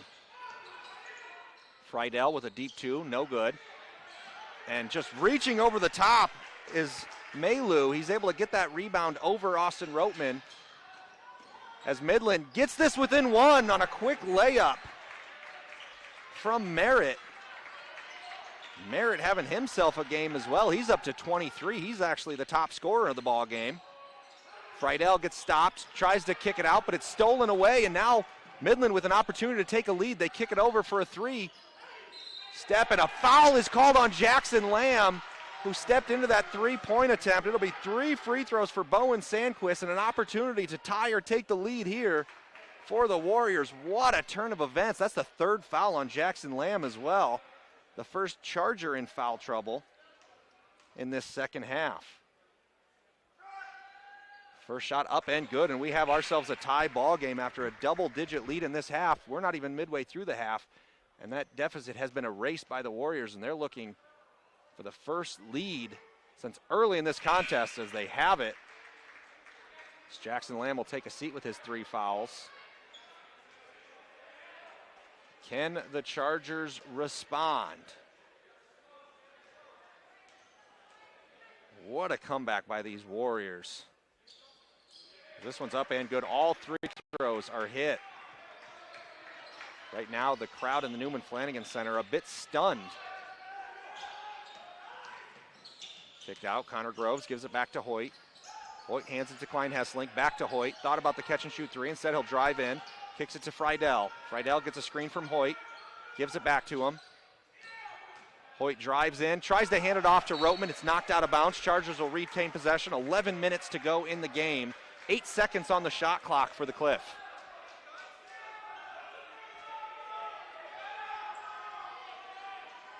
Briarcliff with the ball. They get it to Roteman. He hands it to Groves. 6 to shoot. They got to do something. Klein Hesselink gets it knocked out of his hands. Picks it back up. Friedel with it. 1 to shoot. He steps up, tries the 3, hits it to fall, but he was not able to get it off in time. Shot clock violation. Great defense there by Midland. The place would have erupted had Friedel gotten that off in time. Again, he's at 4 3-pointers. 199 trays in his career. That would have been a fun one to be number 200. Instead, Midland with it the other way, misses that 3-pointer. That would have been huge for the Warriors, but just off the mark was Maylou. BC with it, inside to Roteman. Roteman bodying down his defender, puts this one up, in and out, no good. That's the 3rd shot that's gone in and out for the Chargers this half. That could be another 8 points for the blue and gold if they just could get that friendly roll to fall. Merritt puts up his 3. It was no good, but there was an offensive foul called on a moving screen. And that's going to be the 4th foul on Maylou. So again, Midland has some momentum going their way, but they also have to be concerned about some foul trouble that some of their players are in. As that's now 2 players sitting with 4 fouls in Maylou and Bryson. Bryson with 6 points, Maylou with 7 in the game. Kylan Smallwood comes back in the game. He's got 12 points, but he's even got 3 fouls. Hoyt drives in. Nothing there. He'll kick it out to Klein Hesselink. Klein Hesselink over to Friedel. Back to Hoyt. Hoyt catch and shoot 3. No good. Again, started to go down the cylinder a little bit, but sneaks its way back out. Merritt over to Smallwood. They're going to go around the horn with it. 3-pointer from the corner. That's good. That shot was up and good from Sandquist, and now it's a 5-point Midland lead. It has been all Warriors in this second half as a timeout called on the floor by Briarcliff. A full timeout coming from the Chargers. As Briarcliff looked like they could potentially run away with this one, leading by 9 at the break. And after a 50-point first half, we're more than halfway through the second half, and Briarcliff has just 15 points total here in the second stanza. Midland, meanwhile, has been shooting lights out. They are up to 54% from the game, and in the first half, the teams had made the same number of field goals. Now Midland has hit 27 of 50. They have both hit and shot 7 more shots than Briar Cliff. And that is something that the Chargers are having some issues with. Turnovers have been a factor for the Chargers in this second half. Although really, Midland still turned the ball over 3 more times for the game. The fact of the matter is, the biggest thing is Midland is hitting shots. The Warriors lead by 5. So Briar Cliff being put in a tough situation here. The past week they've been able to catch fire late in games. See if they can continue that trend. Trailing by 5. 9:39 to play in regulation. What a ball game we've had today. Nick Hoyt has it for the Cliff. 20 seconds to go on the shot clock. Hoyt gives it to Friedel. Friedel over to Hoyt. He drives the baseline. He's cut off nicely. Gives it to Roteman. Roteman hands it to Groves. Back to Friedel. 8 on the shot clock. Friedel will just put up the 3. No good, it's short. Groves with the rebound, gives it to Roteman. He's got to go up with it, gets it, not able to get it to fall, knocked out of bounds by Roteman. How did that not fall? Roteman did a great job underneath the hoop of grabbing it, just wasn't able to leap high enough. He almost looked like he was going for a faux dunk there. He just didn't get up high enough. So Midland with a chance to extend this lead. Crazy to think about is how hot Briar Cliff has been playing lately, especially in the second half of ball games. Having that 9-point lead at the break, things were feeling good, and man, have things turned. As an offensive rebound for the Warriors, they'll reset. 3-pointer from Merritt up, no good. Another offensive rebound, this time by Smallwood. He kicks it out to Merritt, who goes NBA range for 3, gets it to fall. And after just 1 offensive rebound for Midland in the first half, they have 2 on that possession and cap it off with a 3. Groves now with the ball. Hands it to Friedel. Friedel drives in, goes inside, and woo, almost didn't have enough, but that one sneaks in for 2. He's up to 24 points. Merritt with the basketball. He's leading all scorers with 26. He's just going to pop a deep 3, no good, but Smallwood gets the offensive rebound. I think in the last 3 possessions, that's 4 offensive rebounds for Midland. Again, they only had 1 offensive rebound in the entire first half, as this tough shot somehow gets it to fall. An 8-point lead for Midland. Timeout comes from head coach Marks Figuera. As my goodness, a turn of events in this second half. Can Briar Cliff find a way to get back in this one? Again, led by 9 at half. Extended to a double-digit lead early in the half. And now they have an 8-point deficit against the Warriors.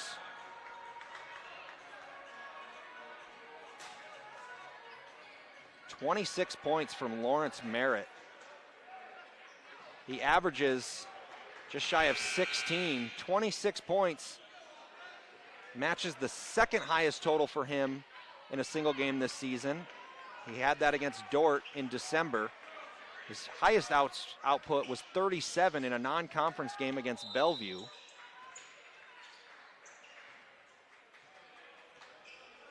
Man, he has stepped up huge. Started the game real hot, kind of cooled down late in the first half, but has picked things back up here in the second. Klein Hesselink with a nice lay-in. Brings the Cliff back to within 6. Midland with the basketball, looking to get into Smallwood.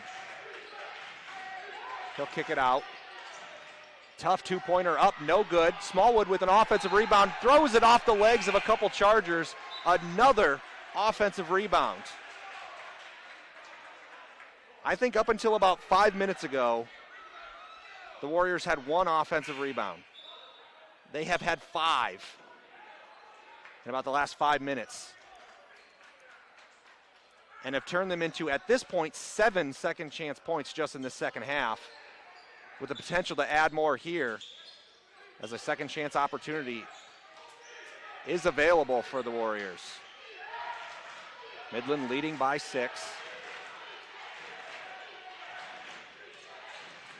Drive in, late kick. Nice layup, some contact, no foul. The Midland sideline sure wanted one. 8-point lead for the Warriors. Will Johnson has it, drives in, kicks it out to Klein Hessling. Catch and shoot 3, gets that one to fall.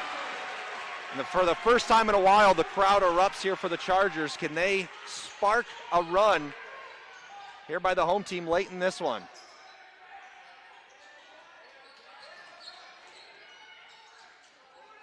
Midland with the basketball. Just slowing things down. Want to limit possessions here with a 5-point lead. 6:30 to play. This shot is blocked by Jackson Lamb, but it falls around, grabbed by the Warriors. Shot up and three-pointer good. That hurts. Beautiful play by Jackson Lamb for the block, but no Charger was able to corral it in, and it ends up being a three-pointer instead of just the layup that it looked like it was going to be for Midland. Friedel with it, he'll put up the three-pointer, gets that to fall! Blows are being exchanged here tonight. Briarcliff needs to get a couple stops defensively. Smallwood gets an easy layup. Timeout, full timeout by Midland. We're going to take a quick break. 82-75, the Warriors lead it. 5:56 to play in the second half. You're watching the Charger Sports Network. When coming to Briarcliff, it feels like you're coming home. You know, there's small classrooms and it's not a big campus, so there's not too many people that you're going to say hi to that you won't see again. Briarcliff is just a really amazing community. It's a community of faculty that really care about each other and students that care about each other. And I think that once you visit this place, you really get a good understanding of how genuine that actually is.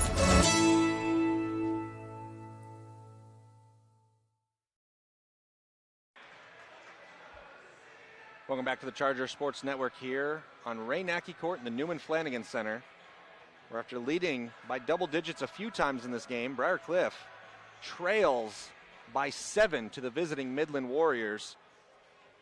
The story of this second half has definitely been second chance points. In the second half, Briarcliff has 1 offensive rebound and did nothing with it. Midland has had 5 second chance opportunities that have worked out in their favor to 10 second chance points. For the game, the Warriors have a 12-0 advantage on second chance points and a 7-point lead on the scoreboard. Briarcliff has got to shore up the rebounding if they're going to keep this win streak going. They've beat 3 ranked teams in a row, which you always get afraid as Klein Hessling gets this layup. As a coach, always worried about that letdown game. Briarcliff looking to avoid that. As Midland, Coach Oliver Drake just keeps calling, hey, let's stall out, limit possessions. Again, you don't want to add possessions against this Briarcliff team. They can score plenty. So you want to limit their opportunities. And Midland has been able to do that here as this tough 2-pointer's up, no good. Rebound to Klein Hesselink and the Chargers. A field goal here can drop this to just a 1-possession game, as there's going to be a foul on the floor. That's going to go against Emmanuel Bryson. That is his 5th. So he will be done on the game. He will finish with 8 points and 6 rebounds, as a 1-and-1 opportunity will come for Jaden Klein Hesselink at the free throw line. As Midland will bring in Montez in for Bryson. Again, has fouled out of this contest and will finish the game with 8 points. Excuse me, I thought it was Klein Hesselink at the line. It's actually Will Johnson who will go to the free throw line. Again, a 1-and-1 opportunity here. And that one is up and good. If he can cap off this back end of the 1-and-1, it'll be down to a 1-possession game with 5:09 to play. Buckle up for an exciting finish here down the stretch. The shot up, and it's good. It's for about the 10th time today. Jackson Lamb ends up on the floor. As he pops right back up, gets back on defense. Midland with it, driving in. Tough floater up, in and out, no good. Johnson with the rebound. Man, how did Rushoff miss that one? Klein Hesselink with it. Chargers need to do something. Klein Hesselink with it. He'll drive in. Some contact, no foul, gets it to fall. 1 point game. As the bench erupts for Briar Cliff, with 4.5 minutes to go. Montez with it. He'll go over to Sandquist. Sandquist with a deep three, no good. Friedel with a tough rebound. That's what they needed to shore up, and nice one there by Friedel. Hoyt with it. Hands it to Johnson. Johnson gives it to Lamb. Now to Klein Hesselink. Chargers with 10 to shoot. Klein Hesselink drives around the defender, gets the layup to fall, and the lead, 83-82. Briar Cliff back on top, 20 points now for Klein Hesselink. Man, when did he have that? He's come out of nowhere. A drive, scoop shot, no good, but the foul. That's going to send Lawrence Merritt to the free throw line. Foul called against Ethan Friedel, his first. Tried sliding into position, trying to get himself set, not quite in time, was moving a little bit, and Merritt will head to the free throw line. He's going to have 2 shots. He can tie or take the lead with this. On the season, an 85.5% free throw shooter is Merritt. Has not had a free throw attempt here today. So they're going to wipe up some sweat from the floor. It's only the 4th team foul on the Chargers. My goodness, we saw double-digit leads for Briar Cliff evaporate, an 8-point advantage for Midland, and things were looking bleak. And now with this shot up and no good, Briar Cliff still with a 1-point advantage. Merritt has an opportunity to even this one back up as Maylou back onto the floor for Midland. He's got 4 fouls, so he needs to be careful here in the waning minutes of the contest.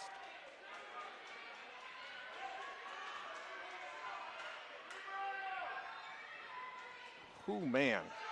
This shot up and good, so we are knotted up at 83. 3:45 to go in this second half. Lamb with it. Couldn't drive to the right, went back to the left. Tough shot up, no good. Rebound goes to the Warriors. Merrick drives the whole length of the court. He'll just pull up now. He's looking for Smallwood, nothing there. So he'll just dribble it back up top, reset the offense. Merritt drives in, ball's knocked out of his hands and out of bounds. Possession stays in favor of the Warriors. 83-83, 3:21 on the clock.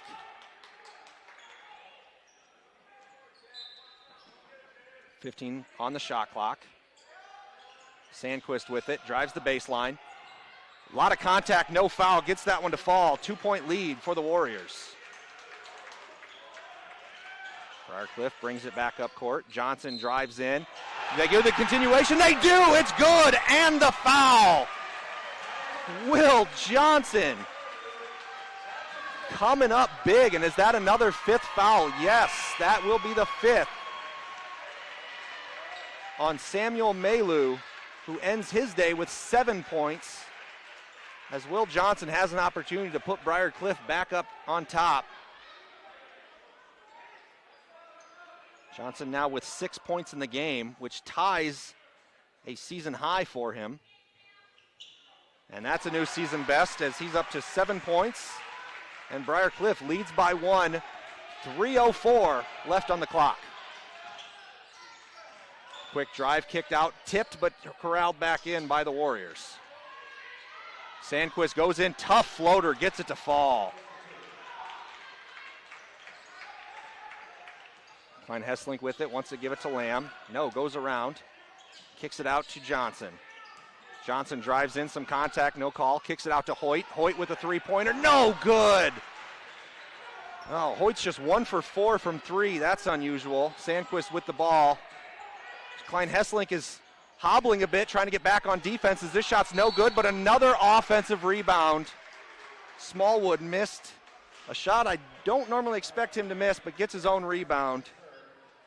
And the 7th offensive board of the game as Klein Hesselink is going to hobble off the floor. Connor Groves comes in. Klein Hesselink is up to 20 points, so that is a huge loss if he's not able to come back into this one, as he is clearly hurting. It's Midland back with the basketball. They lead by 1. Three-pointer up. That's going to be short. Friedel picks it up before it goes out of bounds, so the Chargers back with it. Long pass up to Lamb through his hands. Oh, that's a silly turnover there for the Chargers. Tried to go for the home run. Not sure if it was just a little bit too high or why that went through the hands of Lamb. But a sigh of relief from the bench for the Warriors, that's for sure. Looks like Midland might just be looking to call a timeout. No, they're setting up the play here in the corner. We're under 2 to go. Midland leading by 1. 12 on the shot clock. Merritt with the basketball. He looks like he might just go for an isolation play. He drives in, kicks it out. Another kick out. 2 on the shot clock. Got to put something up. Tough floater from the elbow. No good. But another offensive rebound for Midland. 7th of the second half. That has been why the Warriors lead, as there's 8 to shoot. Merritt with it. He creates some space, puts up the 3, gets it to fall. Offensive rebounds are looking like they might be the difference of this game for Midland. Friedel, quick three-pointer, up, no good. Rebound goes to the Warriors. Now quickly up ahead, kicked out. Smallwood smartly kicks it back out for them to take some time off the clock. Midland leading by 4. Briarcliff not even in the bonus if they try to foul in this final minute, as we are under a minute to go. 4-point lead for the Warriors. Nice move there and a great finish. Player of the game, Lawrence Merritt, is up to 32. Hoyt gives it to Friedel. Friedel for 3. That, keeping the Charger hopes alive. 38.9 seconds on the clock. 92-89. Midland with the lead. Briarcliff again only sitting at 5 fouls as a team. So you have to wonder, are they going to foul quickly? The first one will not send Midland to the free throw line. It would take the second one before they're in the bonus for 1-and-1 opportunities. As Ethan Friedel hits that 3, he has a 30-point game for the second time this week. He has 6 3-pointers, which actually puts him at 201 in his career. He has surpassed 200 career threes. But will it be enough here tonight? Because I haven't seen if Jaden Klein Hesselink is standing with his team. I haven't seen if he's still dealing with an injury. The good news is he's not in the trainer's room. He's with his team.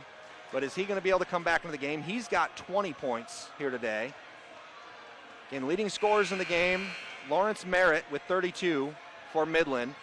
Ethan Friedel has 30 for the Chargers. 20 points for the Cliffs, Jaden Klein Hesselink. 19 for Bowen Sandquist with Midland. Kylan Smallwood had 10 points seemingly in the first couple of minutes and has really been kept quiet since. But the rest of the Warrior crew has stepped up and given Midland a 3-point lead with less than 40 seconds remaining. Is Briarcliff going to have to try seeing if they can't get a quick steal, or are they just going to play this one through? Now Friedel was just trying to get in the way, wasn't trying to foul, but he's called for one, and that's his second foul. Team 6, 34.2 on the clock. Midland will inbound the basketball on the offensive side of things. Have to expect another fairly quick foul maybe. As Will Johnson looks like he got his foot stepped on, and there's the foul. I don't know why they waited about 8 seconds. If you knew that was the plan, I can understand if you would try to quick trap to get a steal, but really Briarcliff didn't pressure it. Instead, let some precious seconds run off the clock. As Lawrence Merritt with a 1-and-1 opportunity. He did miss his first free throw attempt of the game earlier. He made his second. He's 1 for 2. But a huge free throw coming for the young man here. It's up and good. the junior from Chicago, hits a huge free throw there. So he's got one more coming as his team leads by 4 with 26.8 on the clock. Merritt lines up this one, sneaks its way in. Timeout, Midland. Coach Drake gonna set up the defense. That puts each team down to 1 timeout in the contest. We're gonna take a quick break. When we come back, we will have the final 26.8 seconds here between Midland and Briarcliff as the Warriors currently lead 94-89. You're watching the Charger Sports Network. When coming to Briarcliff, it feels like you're coming home. You know, there's small classrooms and it's not a big campus, so there's not too many people that you're going to say hi to that you won't see again. Briarcliff is just a really amazing community. It's a community of faculty that really care about each other and students that care about each other. And I think that once you visit this place, you really get a good understanding of how genuine that actually is.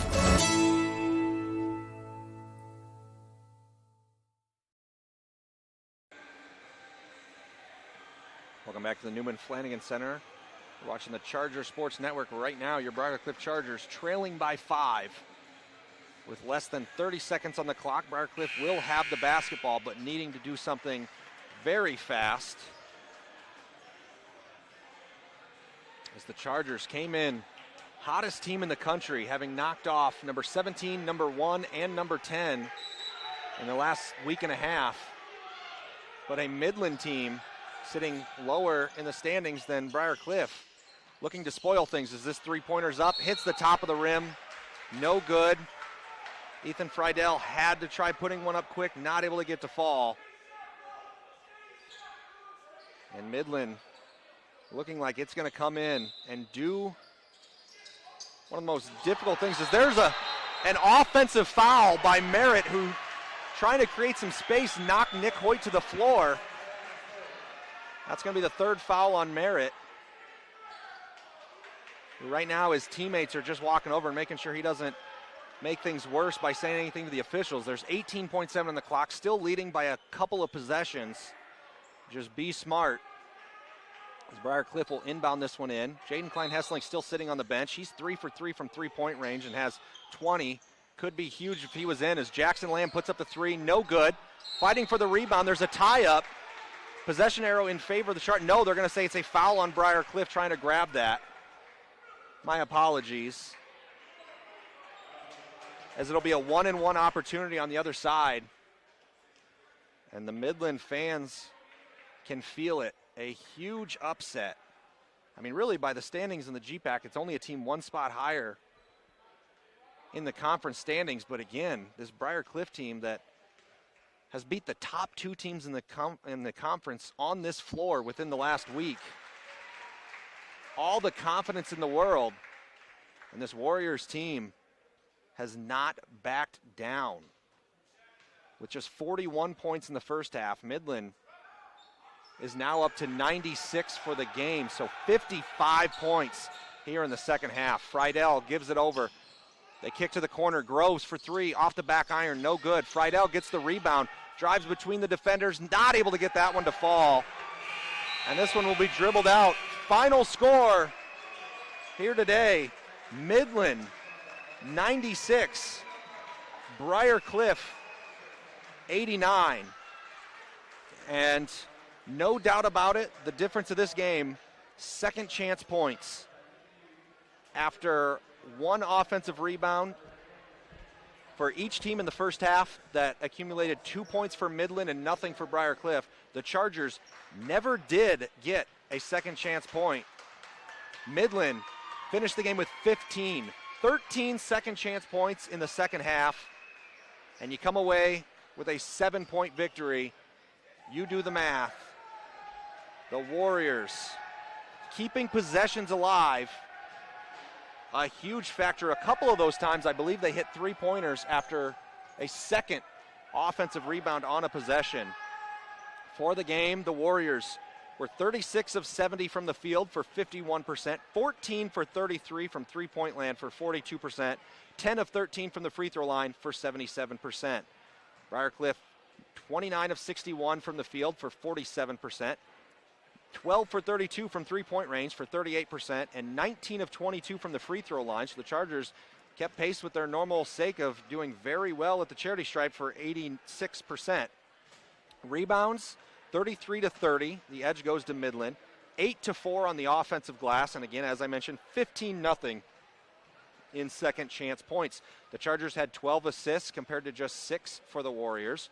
Briarcliff with 1 steal. Midland did not record a steal in the game.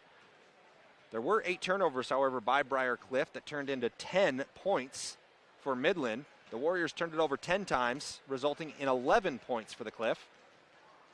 Briarcliff had 2 block shots. One of those ended up being a detriment as Jackson Lamb had a beautiful block, but the Chargers weren't able to corral the basketball and ended up being a 3-pointer instead for the Warriors late in this game.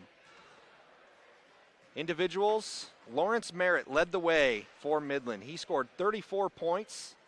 He also had 5 rebounds as he was 13 for 24 from the field, 5 of 11 from three-point range. 19 points from Bowen Sandquist was second for Midland, and Kylan Smallwood, who had double-digit points in the first half, only finished the game with 14, but did have 6 rebounds to tie for the team high with Emmanuel Bryson, who had 6 rebounds to go along with 8 points before he fouled out of the contest. For Briarcliff, Ethan Friedel led the team once again. He had 33 points in a win on Wednesday. Today he came away with another 30-point performance. He scored 30 on 9 of 19 shooting, 6 of 13 from three-point range. He was 6 of 6 from the free throw line with 7 rebounds and 3 assists. That 3 assists tied for the highest total for any player in the game, matched by Will Johnson for the Chargers. But another great performance by Ethan Friedel. Unfortunately, not enough tonight. Jaden Klein-Hesslink was the second leading scorer for Briarcliff. He had 20 points, was very efficient shooting the ball tonight, 8 for 11 from the field, including 3 for 3 on 3-pointers. He also had 2 rebounds, which is a very low total. He's the second leading rebounder for the Chargers and has really come on strong on the boards as of late, but not so much tonight. Connor Groves, he actually had 7 rebounds, kind of filling that role. Struggled shooting, though, was 1 of 4 shooting, all from three-point range for 3 points. Jackson Lamb did have another double-digit performance. He had 16 points, was 1 of 5 from three-point range, though. He came into the game needing 3 three-pointers to tie a program record. Right away, that record for an individual, but instead he still sits 2 three-pointers behind Clay Harold's mark of 358 in a career. But still a pretty solid performance from Lamb with his 16 points and 8 rebounds. Looking at some other top performances, 7 points from Will Johnson. That's a season high for Will. Pretty solid night. He made both of his field goals. He was also 3 for 3 from the free throw line. For Johnson, that 7-point performance is actually a career high. So congratulations to the sophomore on that performance. 6 points from Austin Roteman, who saw limited time just based on some foul trouble and some matchups. Briarcliff was performing really well for a while as they went small, and really the damage, you almost have to wonder if Roteman was out there, would there not have been quite as many offensive rebounds? But a lot of them, it was kind of some 3-point attempts that went far off the glass. Not a whole lot of big men would necessarily be able to do in that circumstance anyway. So that's what we have today. Briarcliff has their 3-game win streak snapped by the hands of Midland, and that's the GPAC for you. You top the 3 ranked teams that the conference has to offer consecutively, and then you bring in the team that's second from the bottom in the league standings on your home court, and nothing comes easy. Congratulations to the Warriors. Midland improves to 8-15 on the season, 4-12 in conference play. Briarcliff only a half game ahead of the Warriors in the standings at 5-12 now in the GPAC. 14-13 overall are the Chargers. That's going to do it for today's broadcast. I want to thank all you fans for tuning in to the Charger Sports Network. Not a great day for the Chargers as they drop both, but come back and join us again next week as Briarcliff will take on Dort in a GPAC doubleheader action on Wednesday. That should be a couple of fun contests. Would love to have some fans out here to support. I know before that game, especially on the men's game, we will have a presentation honoring Ethan Friedel, he'll get a commemorative ball for hitting 1,000 points in his career. And we might even, we'll have to check, might even have a commemorative ball to be given to Alyssa Carley. I do want to congratulate those two again. Alyssa Carley reached 1,000 points in her Briarcliff career today and surpassed 200 career three-pointers. Meanwhile, Ethan Friedel, who surpassed 1,000 career points on Wednesday, he was able to reach that 200 mark on career three-pointers today. So those two sharpshooters hit some pretty impressive milestones in their Briarcliff career, and I want to give a huge shout-out to them. Again, this has been Kevin Potabom broadcasting. Thank you for joining us today on the Charger Sports Network.